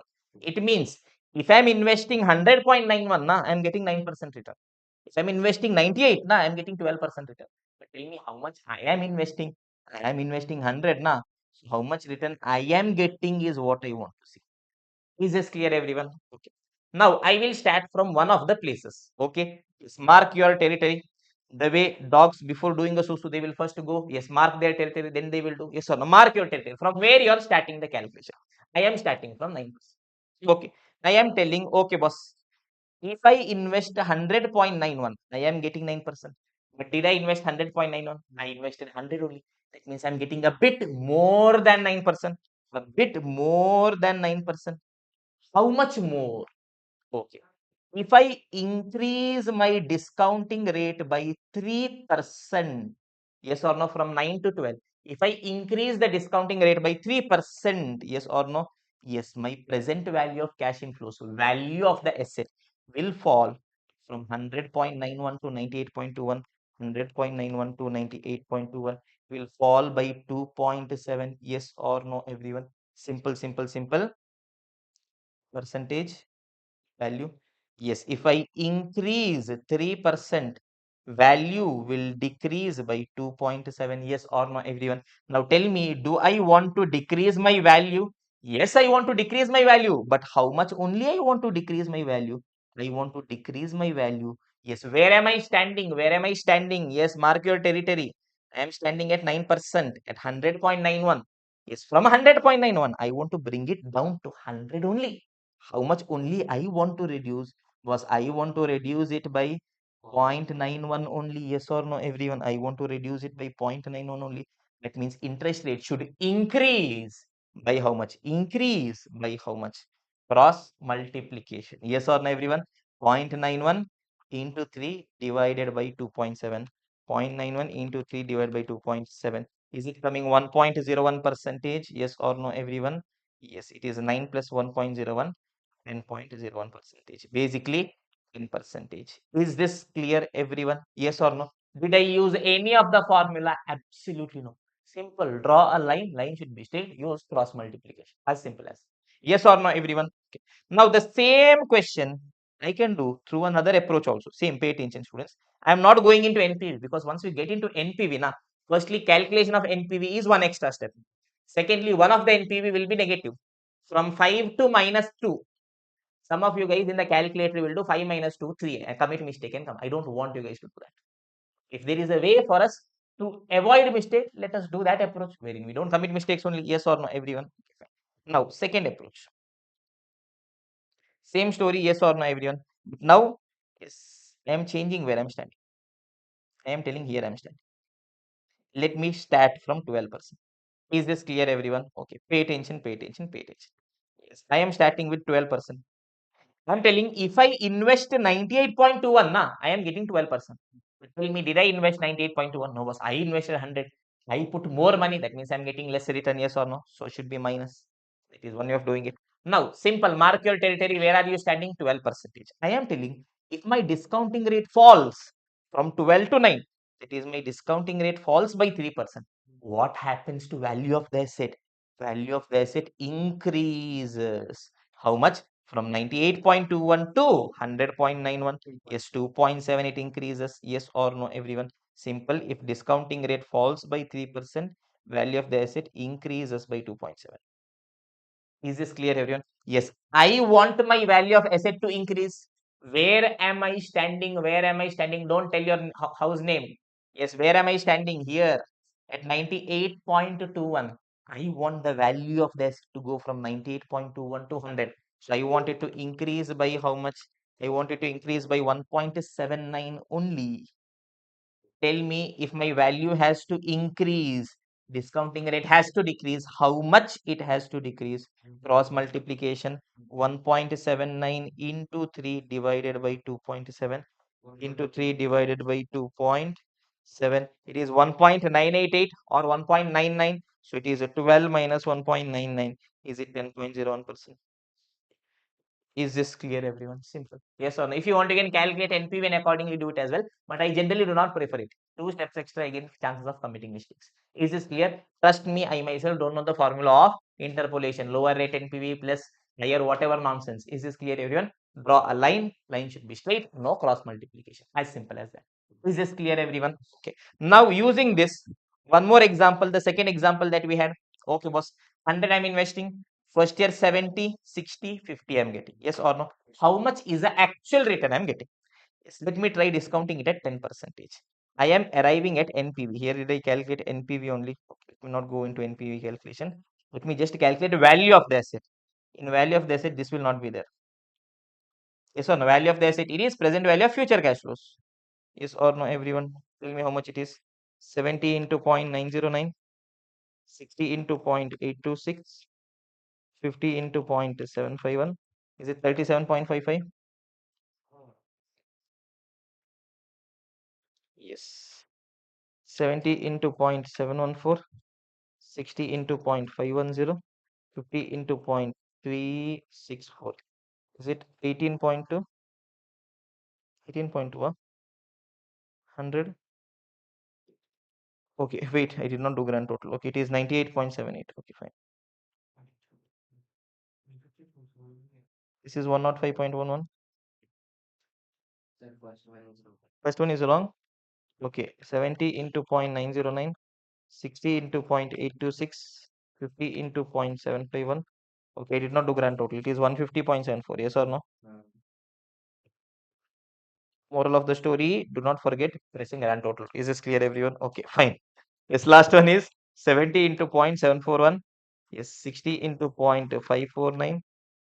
Oh, 70 into 0.741. 60 into 0.549. 50 into 0.406. Grand total it is 105.11. Perfect. Yes. Now tell me. I am telling. Let me try discounting. Let me try throwing a stone. First, which rate? Let me try discount. Let me try discounting at 10%. Okay, if I'm discounting at 10%, na, I'm getting present value as 150. What does it mean? If I put 150 today, na, this project will give me, yes, this returns, 10% returns. Tell me, am I investing 150? No, 100 only I'm investing. That means I should be getting more return. So let me discount using a higher rate. Suppose I am discounting at 40%. Yes or no? I am arriving at present value factor as 98.78. What does it mean? It means if I'm investing 98.78, yes or no? Yes, I will be getting 40% return. But tell me how much I invested. I invested 100. I invested a bit more, yes or no, everyone? It means I'll be getting slightly less return. Let me discount using 35%. I am arriving at present value of cash inflows as 105. That means if I'm investing 105, na, I will get 35% return. But I invested 100. So tell me, it is lying somewhere in the middle of 35 and 40. Yes or no? Simple. Draw a line. Yes, quickly we can finish it off. Pay attention, my dear students. Draw a line. Line should be straight. Whether you are Straight or not? Yes or no? Everyone perfect. Tell me, students. If I discount using 35%, what is the value? 105.11. Yes, 35% means, trust me, yes, this is the most beautiful thing. Yes, I am not even knowing what on earth is the formula of interpolation, which you are sitting and trying to by heart so much. Still, without any tension, I'm getting the answer. If I'm at 40% means is 98.78. What value I want, how much I invested? I invested 100. Now, boss, tell me, we will start at one place, whichever place you are starting, put a box there. Yes, tell me, am I getting 35%? Yes, boss. If I was investing 105, nah, I am getting 35%. But I invested slightly less. I'm getting slightly more return. How much more I am getting? Let me try seeing. If I increase the discounting rate by 5%, 5% if I increase, value of the asset will fall by how much? 105.11 minus 98.78. Value of the asset will fall by 6.33.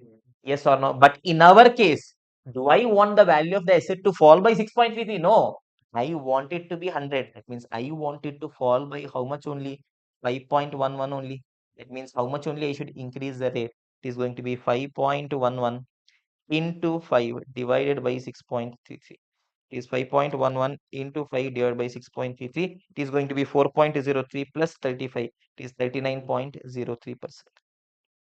Is this clear, everyone? This is my IRR. Actually, this project is giving me 39.03%. Is this clear, everyone? Perfect. Yes or no? Yes or no? Yes or no? Absolutely no doubt. So with this, we have understood interpolation. I have told I want to calculate actual return. If there is only one inflow, one outflow, directly you can calculate, assume your rate as X percentage. Boss, if there is one investment and multiple cash flows, it is not possible to assume it as X percentage. You will go mad, you will not be getting the solution. So what we need to do is pick up a stone, throw. Are you getting that rate? Throw another stone. Throw another stone. Yes or no, everyone? Yes. Perfect. So at one rate, yes, your value of the asset is going to be slightly more. At one rate, it is going to be slightly less than that. Through that, draw a line, interpolate. Is this clear, everyone? Yes or no? Perfect. So look at this, everyone. Okay. Steps to calculate. Calculate all cash flows from the project. What all I'm getting. Step 2, trial and error. Calculate NPV of the project using two imaginary rates. We will not calculate NPV. We will calculate value of the asset. Yes or no? Using two imaginary rates. Yes, we will apply interpolation technique and accordingly calculate the IRR. Yes or no, everyone? Very simple. Okay. Yes. With that, yes. Example number 2 we are having. Yes, it is not needed. Basic example on calculation of IRR. We have done that. Yes or no? Now, why exactly did we discuss it here? Because we have one small point pending in the concept. Calculation of cost of equity. Giving you guys a minute to let this sink in. Then we'll take the discussion forward, media students. Yes, everyone. So look at this, my dear students. Calculation of cost of equity.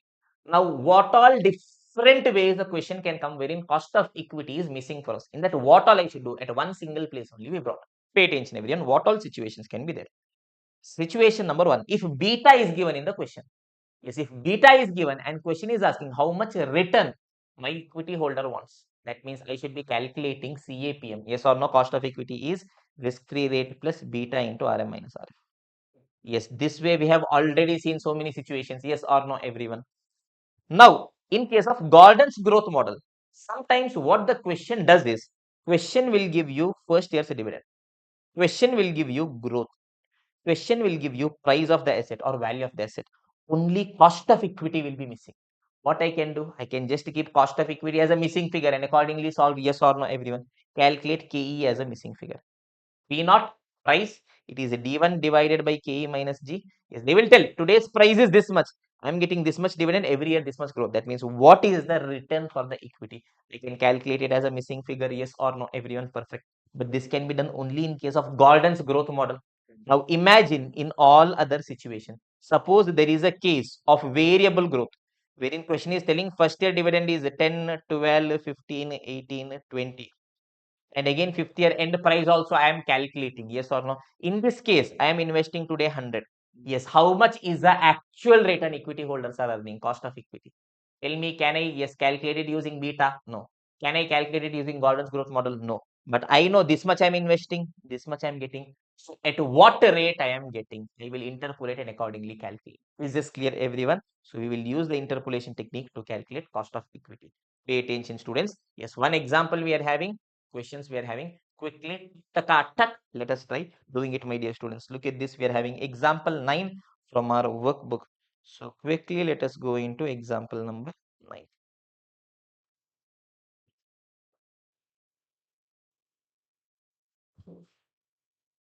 Yes, example number 9. Look at this. Calculate cost of equity in the following cases. Situation number 1.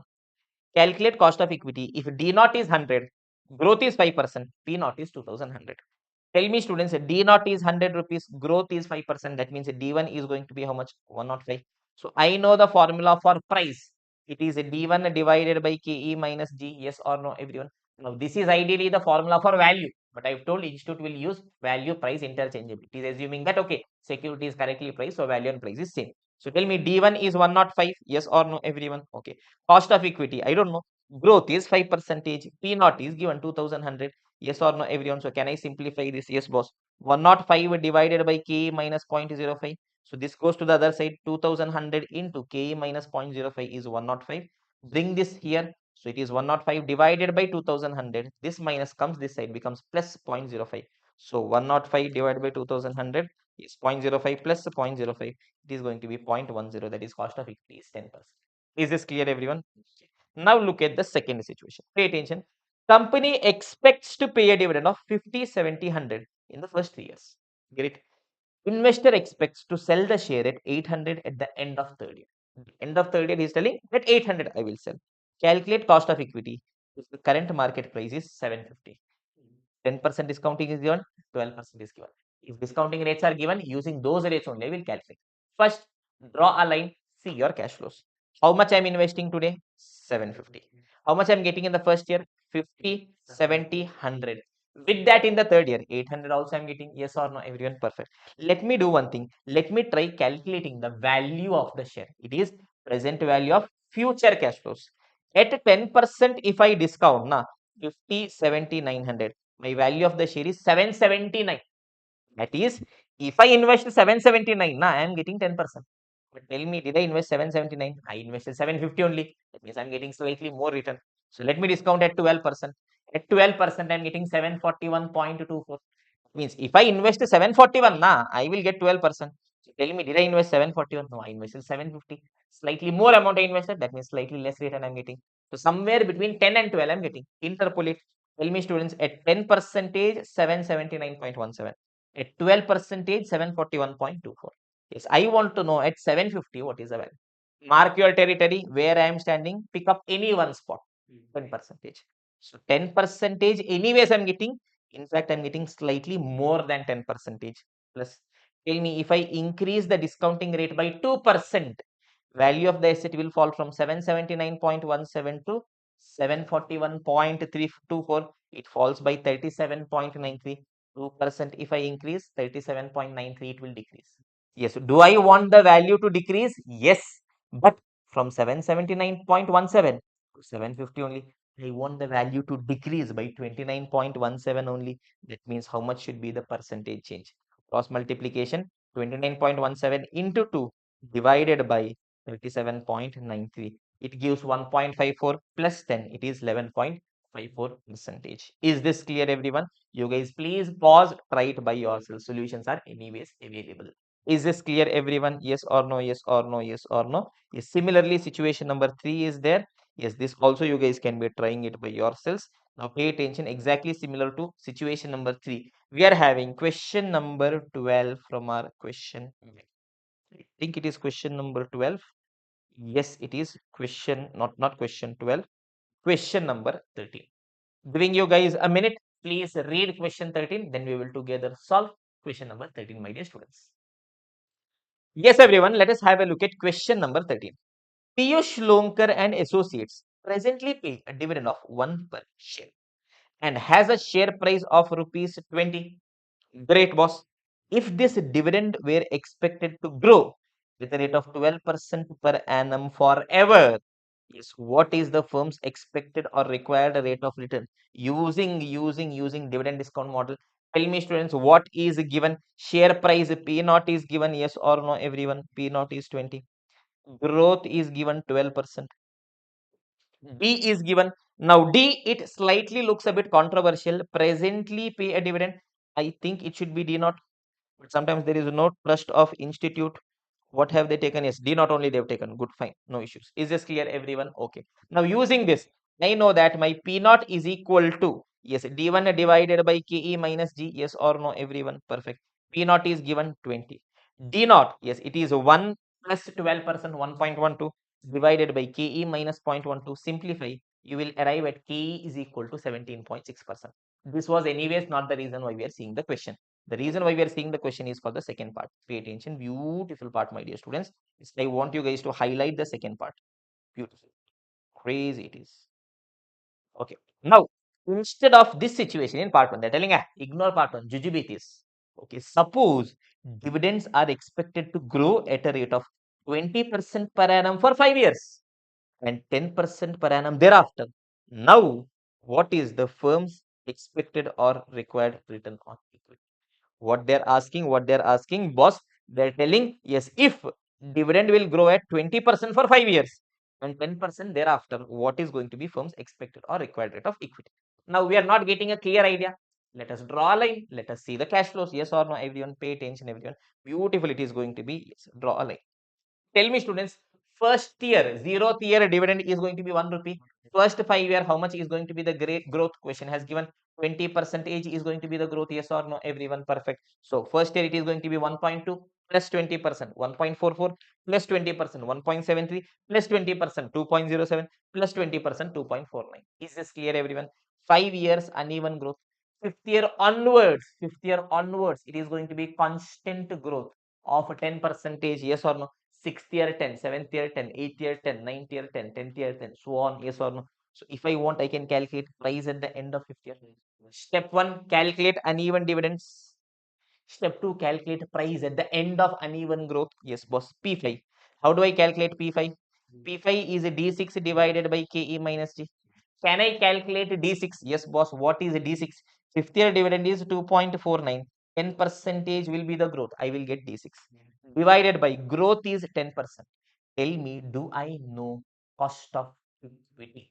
Yes or no? Yes or no? Yes or no? No. Cost of equity, I don't know. I will take it as X. Yes or no? Yes or no? Yes or no? No. I have told you when I am calculating IRR, if you take it as X, if you are assuming the required return is X, okay, here 1 you got in the form of X. Here this becomes divide by 1 plus X, divide by 1 plus X square, divide by 1 plus X to the power 3, 1 plus X to the power 4, 1 plus X to the power 5. You will become mad. Yes or no, everyone? Perfect. Now, yes, either here you can keep it in the form of X, okay, but nevertheless, what we need to do is we need to interpolate. Now, pay attention, students, whether in the question anywhere the interpolation rates are given, not given. This is just a steady material question. See, they have not given. But if the same question would have come in the past paper, they would have definitely given us two rates to interpolate. Because institute doesn't want different answers. Yes or no, everyone? Here we need to interpolate it 18 percentage and 19 percentage. That is when we will get our answer close by. Is this clear, everyone? Okay, fine. Now, tell me. Either here I can keep my required rate as X, or let me do one thing. Let me keep it, instead of keeping it at X, let me keep it as it is. Okay, fine. Pay attention. Look at this, students. Okay. Yes. Three-step process. Step 1, calculate dividend for uneven growth. I calculated. Step 2, calculate price at the end of uneven growth. Tell me at what all rate I'm discounting, 18%, 19%. Sir, how I got? Randomly, I have to take. In the exam, two rates will be given, or else you need to see. Yes, if the value is greater means increase the rate. Yes, greater means increase the rate. Lower means decrease the rate. Yes, interpolation basics. Okay. Now imagine I am telling my discount rate is 18%. If my discount rate is 18%, how much should be the price at the end of fifth year? Can I calculate? Yes, boss, it is D6 divided by KE minus G. Yes, D6 is 2.74 divided by KE is 18% minus 10%.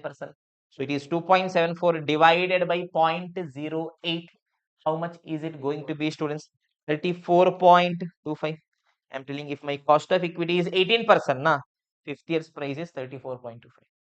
But if my cost of equity is 19%, na, yes, what is going to be my price at the end of fifth year? It is a D6 divided by KE minus G. D6 is 2.74 divided by KE is 0.19 minus 0.1. So it is 2.74 divided by 0.09. It is a 30.44. Yes or no, everyone? Perfect. Now pay attention, pay attention, pay attention. Imagine. I am telling my project is giving me 18% return. What all cash flows I am getting? D1, D2, D3, D4, D5. With that, I will be getting P5. Tell me, if project is giving me 18% return, how much should the price be? The price should be 34.25. Yes or no, everyone? Perfect. That means, can you guys tell me what is going to be my cash flows for each of the years? Each of the years. First year, it is going to be 1.2. Second year, it is going to be 1.44, 1.73, 2.07. Fifth year, I will get 2.49 dividend. With that, 34.25 sale price. So total it is going to be how much, my dear students? 36.74. So this, I will discount it at 18 percentage. I will arrive at value of the asset. It comes to 20.23. That means if I invest a 20.23, na, this project is going to give me 18%. But tell me, yes, am I investing 20.23? Yes, what is the share price? 20 only I am investing. I am investing less. That means I am getting slightly more return. So let me try discounting it at 19%. If I discount it at 19%, tell me whether my dividend will change? No. But my price at the end of fifth year will change. Yes or no, if I'm discounting it at 19%. If I'm discounting it at 19 percentage, price at the end of fifth year is going to be 30.44. So how much I will be getting? 1.2, 1.44, 1.73, 2.07. First 4 years is same only. But fifth year, 2.49 also I will get. Price at the end of fifth year will be 30.44. So it is going to be altogether 32.93. If I discount, I am getting 17.89. Is this clear, everyone? I am telling, okay, boss, this project, if it is giving me 18% means I should invest 20.23. If I want 19% means I should be investing 17.89 only. But tell me how much I am investing, how much is the price which is there. I am paying a price of 20, na boss. That means how much return I am getting. Let me interpolate. Tell me, students, let me mark one of the territory, yes or no, everyone. Let me start from 18%. I am telling 18% in any case I am getting. In fact, I'm getting slightly more than 18 percentage only. How much more? 18% plus. If I increase my discounting rate by 1%, value of the asset is going to fall from 20.23 to 17.89, 20.23 to 17.89. Value is going to fall by 2.34. Yes or no, everyone? 1% if I increase, 2.34 it will fall. I want the value to fall by how much only? Tell me, where am I standing? That is why this is important. 20.23. I want it to come 20. I want it to fall by 0.23 only. That means how much percent should I increase? Cross multiplication. 0.23 into 1 divided by 2.34. It is 0.1%. So my required rate of return should be 18.1%. Is this clear, everyone? This is the answer here, 18.1%. Don't try seeing what nonsense they have done. You will, trust me, you will go mad. Okay, that is how complicated they have done. Just forget all these things. You just see 18.1%. Is this clear? Lower rate, all these nonsense. Yes, this also more or less 20.23, 17.89. Same thing only you got. Yes, but here, yes, the things they could have done in the form of a table, chumma, they've written all these nonsense. See the formulas that they've written. Is this clear, everyone? Absolutely not. Perfect. Now, if the same question is coming in the examination, trust me, yes, question can come. This question could be for bare minimum 6 marks. But trust me, discounting rate, you calculating there is going to be such a big headache. Don't worry, institute will give you the discounting rates. Two discounting rate it will give you. First, at first discounting rate, second discounting rate you will discount, accordingly you will calculate. Let me repeat the steps again, pay attention. Step number 1, calculate dividend for uneven growth. Here, absolutely no problem. Step 2, calculate price at the end of uneven growth. It is a next year dividend divided by KE minus G. Yes, to calculate KE, discount rates 2 will be given in the question. But each of the KE price will be different. Step 2, calculate price for each of the KE. Now, step 3, calculate value of the asset for each of the key. For each of the key, last year cash flow is going to be different because price is going to be different. Based on it, calculate the value of the asset. Then interpolate and calculate your IRR, actual return. Is this clear, everyone? This was question number 13 for you, my dear students. Is this clear, everyone? Perfect. Question number 13 we have solved. Beautiful question, can come in the examination. Now we are having one final question from the concept, which is question number 14. With this, concept number 1 will be done, Dana. Giving you guys a minute to read it, then we will together solve it. Yes, everyone, beautiful question. I want you guys to mark this question as important as well. Just pay attention. Sam Limited has just paid. This question has just come in the study material. Till now, it has not come, at least in the last 7-8 years. You never know. Sam Limited has just paid a dividend of 2 rupees per share. Just paid. Hot, hot, hot. It has paid. D0 is going to be 2 rupees, yes or no? And it is expected to grow at 6% per annum. We are expecting 6% every year dividend will grow. Great, boss. After paying dividend, just after they paid that dividend of 2 rupees, board decided to take up a project by retaining the next 3 annual dividends. Oh, board is telling boss some crazy project is coming. For that, we want some cash. So instead of raising more capital, we'll do one thing. We will not give you dividend. We will retain that dividend. Will invest. Okay, boss. It is expected that this project is of same risk as of existing project.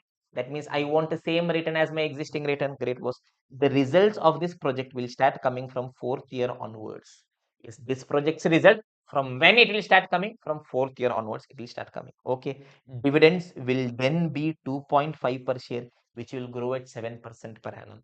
Dividends will then be 2.5. When is the dividend 2.5? In the 4th year, dividend I will get of 2.5, which will then grow at 7% per annum. Is this clear, everyone? Yes, investor is having 1000 share in Sam Limited and he wants a receipt of at least 2000 per annum from the investment. Okay, this line we will come back to it later. Now, first line, show that market value of the share is affected by the decision of the board. This is first part of the question. Tell me what is happening, my dear students. Look at this, everyone. Sam Limited was there, yes or no? Yes, normal life. D is equal to 0. It had paid a dividend of D naught of 2 rupees. Yes or no? Normally, what was the expectation? We were expecting every year dividend to grow by 6%. So, first year dividend would be 2 plus 6%, 2.12. 6% growth, so on till perpetuity we were thinking.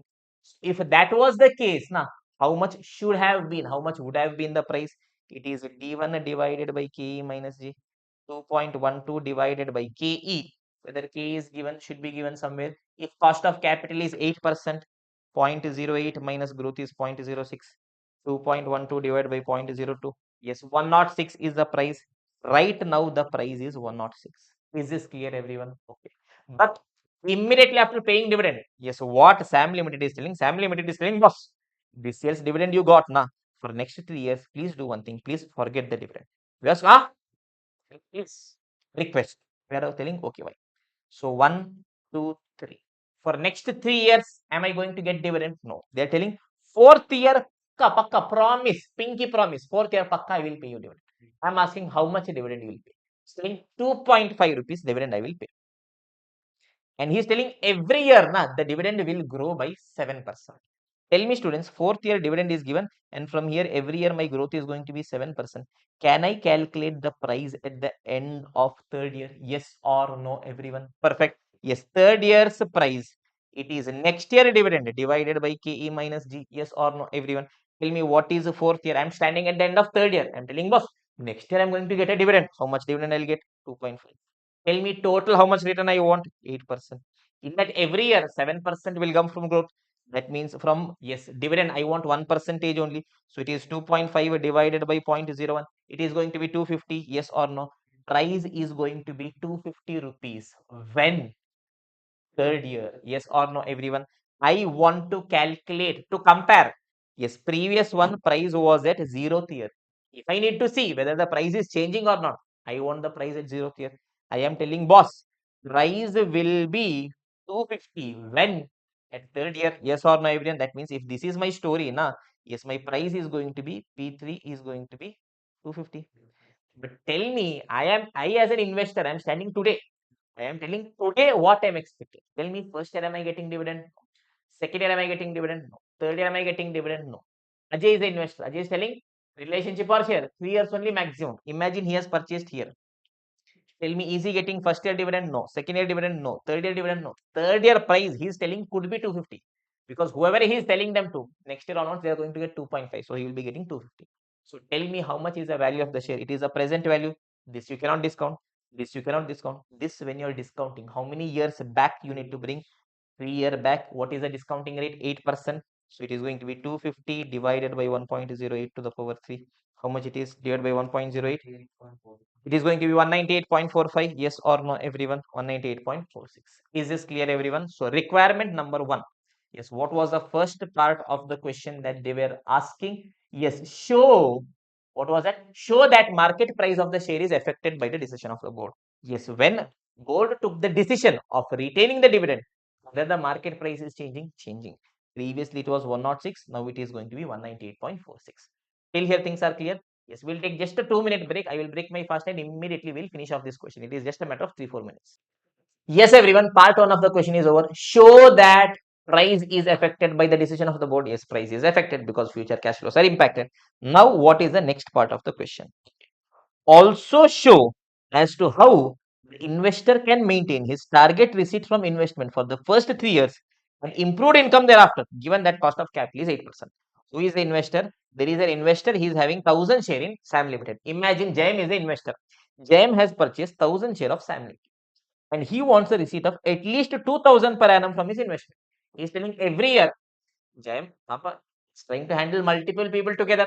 He is incurring some cost, right? Yes or no? Yes. Person, main person, backup account of backup. Yes or no? Cost is needed. Cash, pana, duddu, money, yes or no? He's selling every year 2000 I want. Previously, his plan was perfect. Why his plan was perfect? Because, yes, company had already declared a dividend of 2. Means 2 into 1000 means 2000 this year he got. Next year, 6% growth was there. So he was happy. Now, what the board came up with? Board came up with a new project, because of which, tell me, for the next 3 years, will he be getting a dividend? No, he will not be getting dividend. But he is telling boss to take care of my expenses, to take care of my backup. I want 2000 every year. Something I need to do now. What I can do? Tell me, if you purchase a share, 2 cash flow I will be getting: dividend, sale price. For the next 3 years, whether company is giving you any dividend, no. That means if you want money, the only option is going to be to sell shares. Yes or no, everyone? He is telling at least 2000 I want. Then do one thing, try selling as many shares as it gives you 2000 rupees. Is this clear, everyone? So when am I going to sell the shares? First year I will sell, second year I will sell, third year I will sell. Fourth year, should I sell? No. Fourth year, I'm getting dividend. Yes or no, everyone? That means I want to calculate first year's price, second year's price, third year's price. Yes or no, everyone? Tell me, did I calculate third year's price? Yes, boss, 250 it is. Tell me, third year the price is 250. I want to calculate second year what is going to be the price. What is price? It is a present value. Tell me, third year the price is 250. Yes, I want to come back 1 year. What is the required rate? 8%. So 1 year back you bring, divided by 1.08. So what is going to be second year's price? 198.46. Yes or no, everyone? 250. Simple, simple. In the revised situation, fourth year I will be getting 2.5 dividend. It means the third year, what is the price I calculated? Yes or no? 2.5 divided by 0.08 minus 0.07, 250. So 250 is the price. Look at the students. Did I do the calculation here? Here I have done. Yes, 250 is the price in the third year. I want to know. Yes, firstly question asked me 0th year price. That I directly did. Now I want to know first year's price also, second year's price also. Why? Because every year I'm going to sell the shares. Yes or no? So 250 is there in the third year. It means second year, bring it back 1 year, divided by 1.08, 231.48. Yes, first year, bring it back by 1 year, divided by 1.08. It is 214.33. Yes, 0th year, again bring it back by 8%, divided by 1.08. It is going to be how much? 198.46. Yes or no, everyone? Perfect. Now tell me, yes, we will calculate P1, P2, P3. Okay. Now once this is done, tell me, students. Yes, what investor should do? JM is currently having 1000 shares when 0th year. 0th year, is he having a problem? No. Company has already declared 2 rupees dividend. 2 into 1000, 2000 he received. He is happy. His backup is taken care of. Yes or no, everyone? Next year, first year, what is going to be the price per share? 214.33. Yes or no, everyone? Tell me, he wants at least 2000 rupees. Is he getting dividend? No. The only way he can receive money is by selling shares. Yes or no? Tell me, one share he can sell at 214.33. If he wants 2000, how many share he should be selling? 9.33. So it is either 9 or 10. Now tell me, if he sells 9 shares, how much money he will get? 214.33 into 9, 1928.97 only he'll be getting. 1930 only he will be getting. But investor wants a receipt of at least 2000. More than 2000 is fine, but at least 2000 he wants. So if he sells 9 shares, is it sufficient? No. 10 share he should sell. 10 shares he sold. It means how much share is left with him? 990 share is left with him. Total how much money he received? On one share, 214.33 into 10, 2143 he received. Yes, boss. Second year, what is the price? 231.48. Yes or no? How much money he wants? 2000 rupees. One share is giving him 231.48. So 2000 if he wants means how many share? 2000 divided by 231.48, 8.64. If he sells only 8 share, is it sufficient? No, boss. 9 share, at least 2000 he wants. 9 share he will sell. That means revised, how many share only he will be having? 990 minus 9, 981 shares. How much income he will get? Yes, 231.48 into 9. He will be receiving 2083. So first year also he received, second year also he received, no tension. Tell me third year, what is the price? 250. How much money he wants? 2000 rupees. One share gives him 250. 2000 means how many share he should be selling? 8 shares he should be selling, yes or no? That means the revised number of shares is going to be 973. Third year, 250 per share into 8, 2000 he received, yes or no, everyone? So tell me, year 1, 2, 3, company was not paying dividend, but he sold his shares and still got every year 2000 rupees. Fourth year onwards, is he having any tension? No. Why? Company is going to pay a dividend. How much dividend company is going to pay? 2.5 dividend, yes or no, everyone? Yes, 2.5 dividend. And tell me how many shares he is having? 973. So is he getting 2.5 into 973? Yes, boss, 2432 he is getting now. That means what is it investor has to do? Yes, boss, we will first calculate price at third year, second year, first year. Then we will tell, boss, company is not giving dividend, but if you want cash flow means you should be selling shares. Every year, how many shares you should sell? If you are selling that many shares, how much money you are receiving? Then at the end of 3 years, how many shares is pending? If I'm having these many shares at the end of 3 years, now fourth year onwards, I will keep on getting my dividend. This way, investor can be receiving 2000 rupees. Wow. Is this clear, everyone? This is the question. Beautiful question. Trust me, if it comes in the examination, variety question, 6 to 7 marks can come.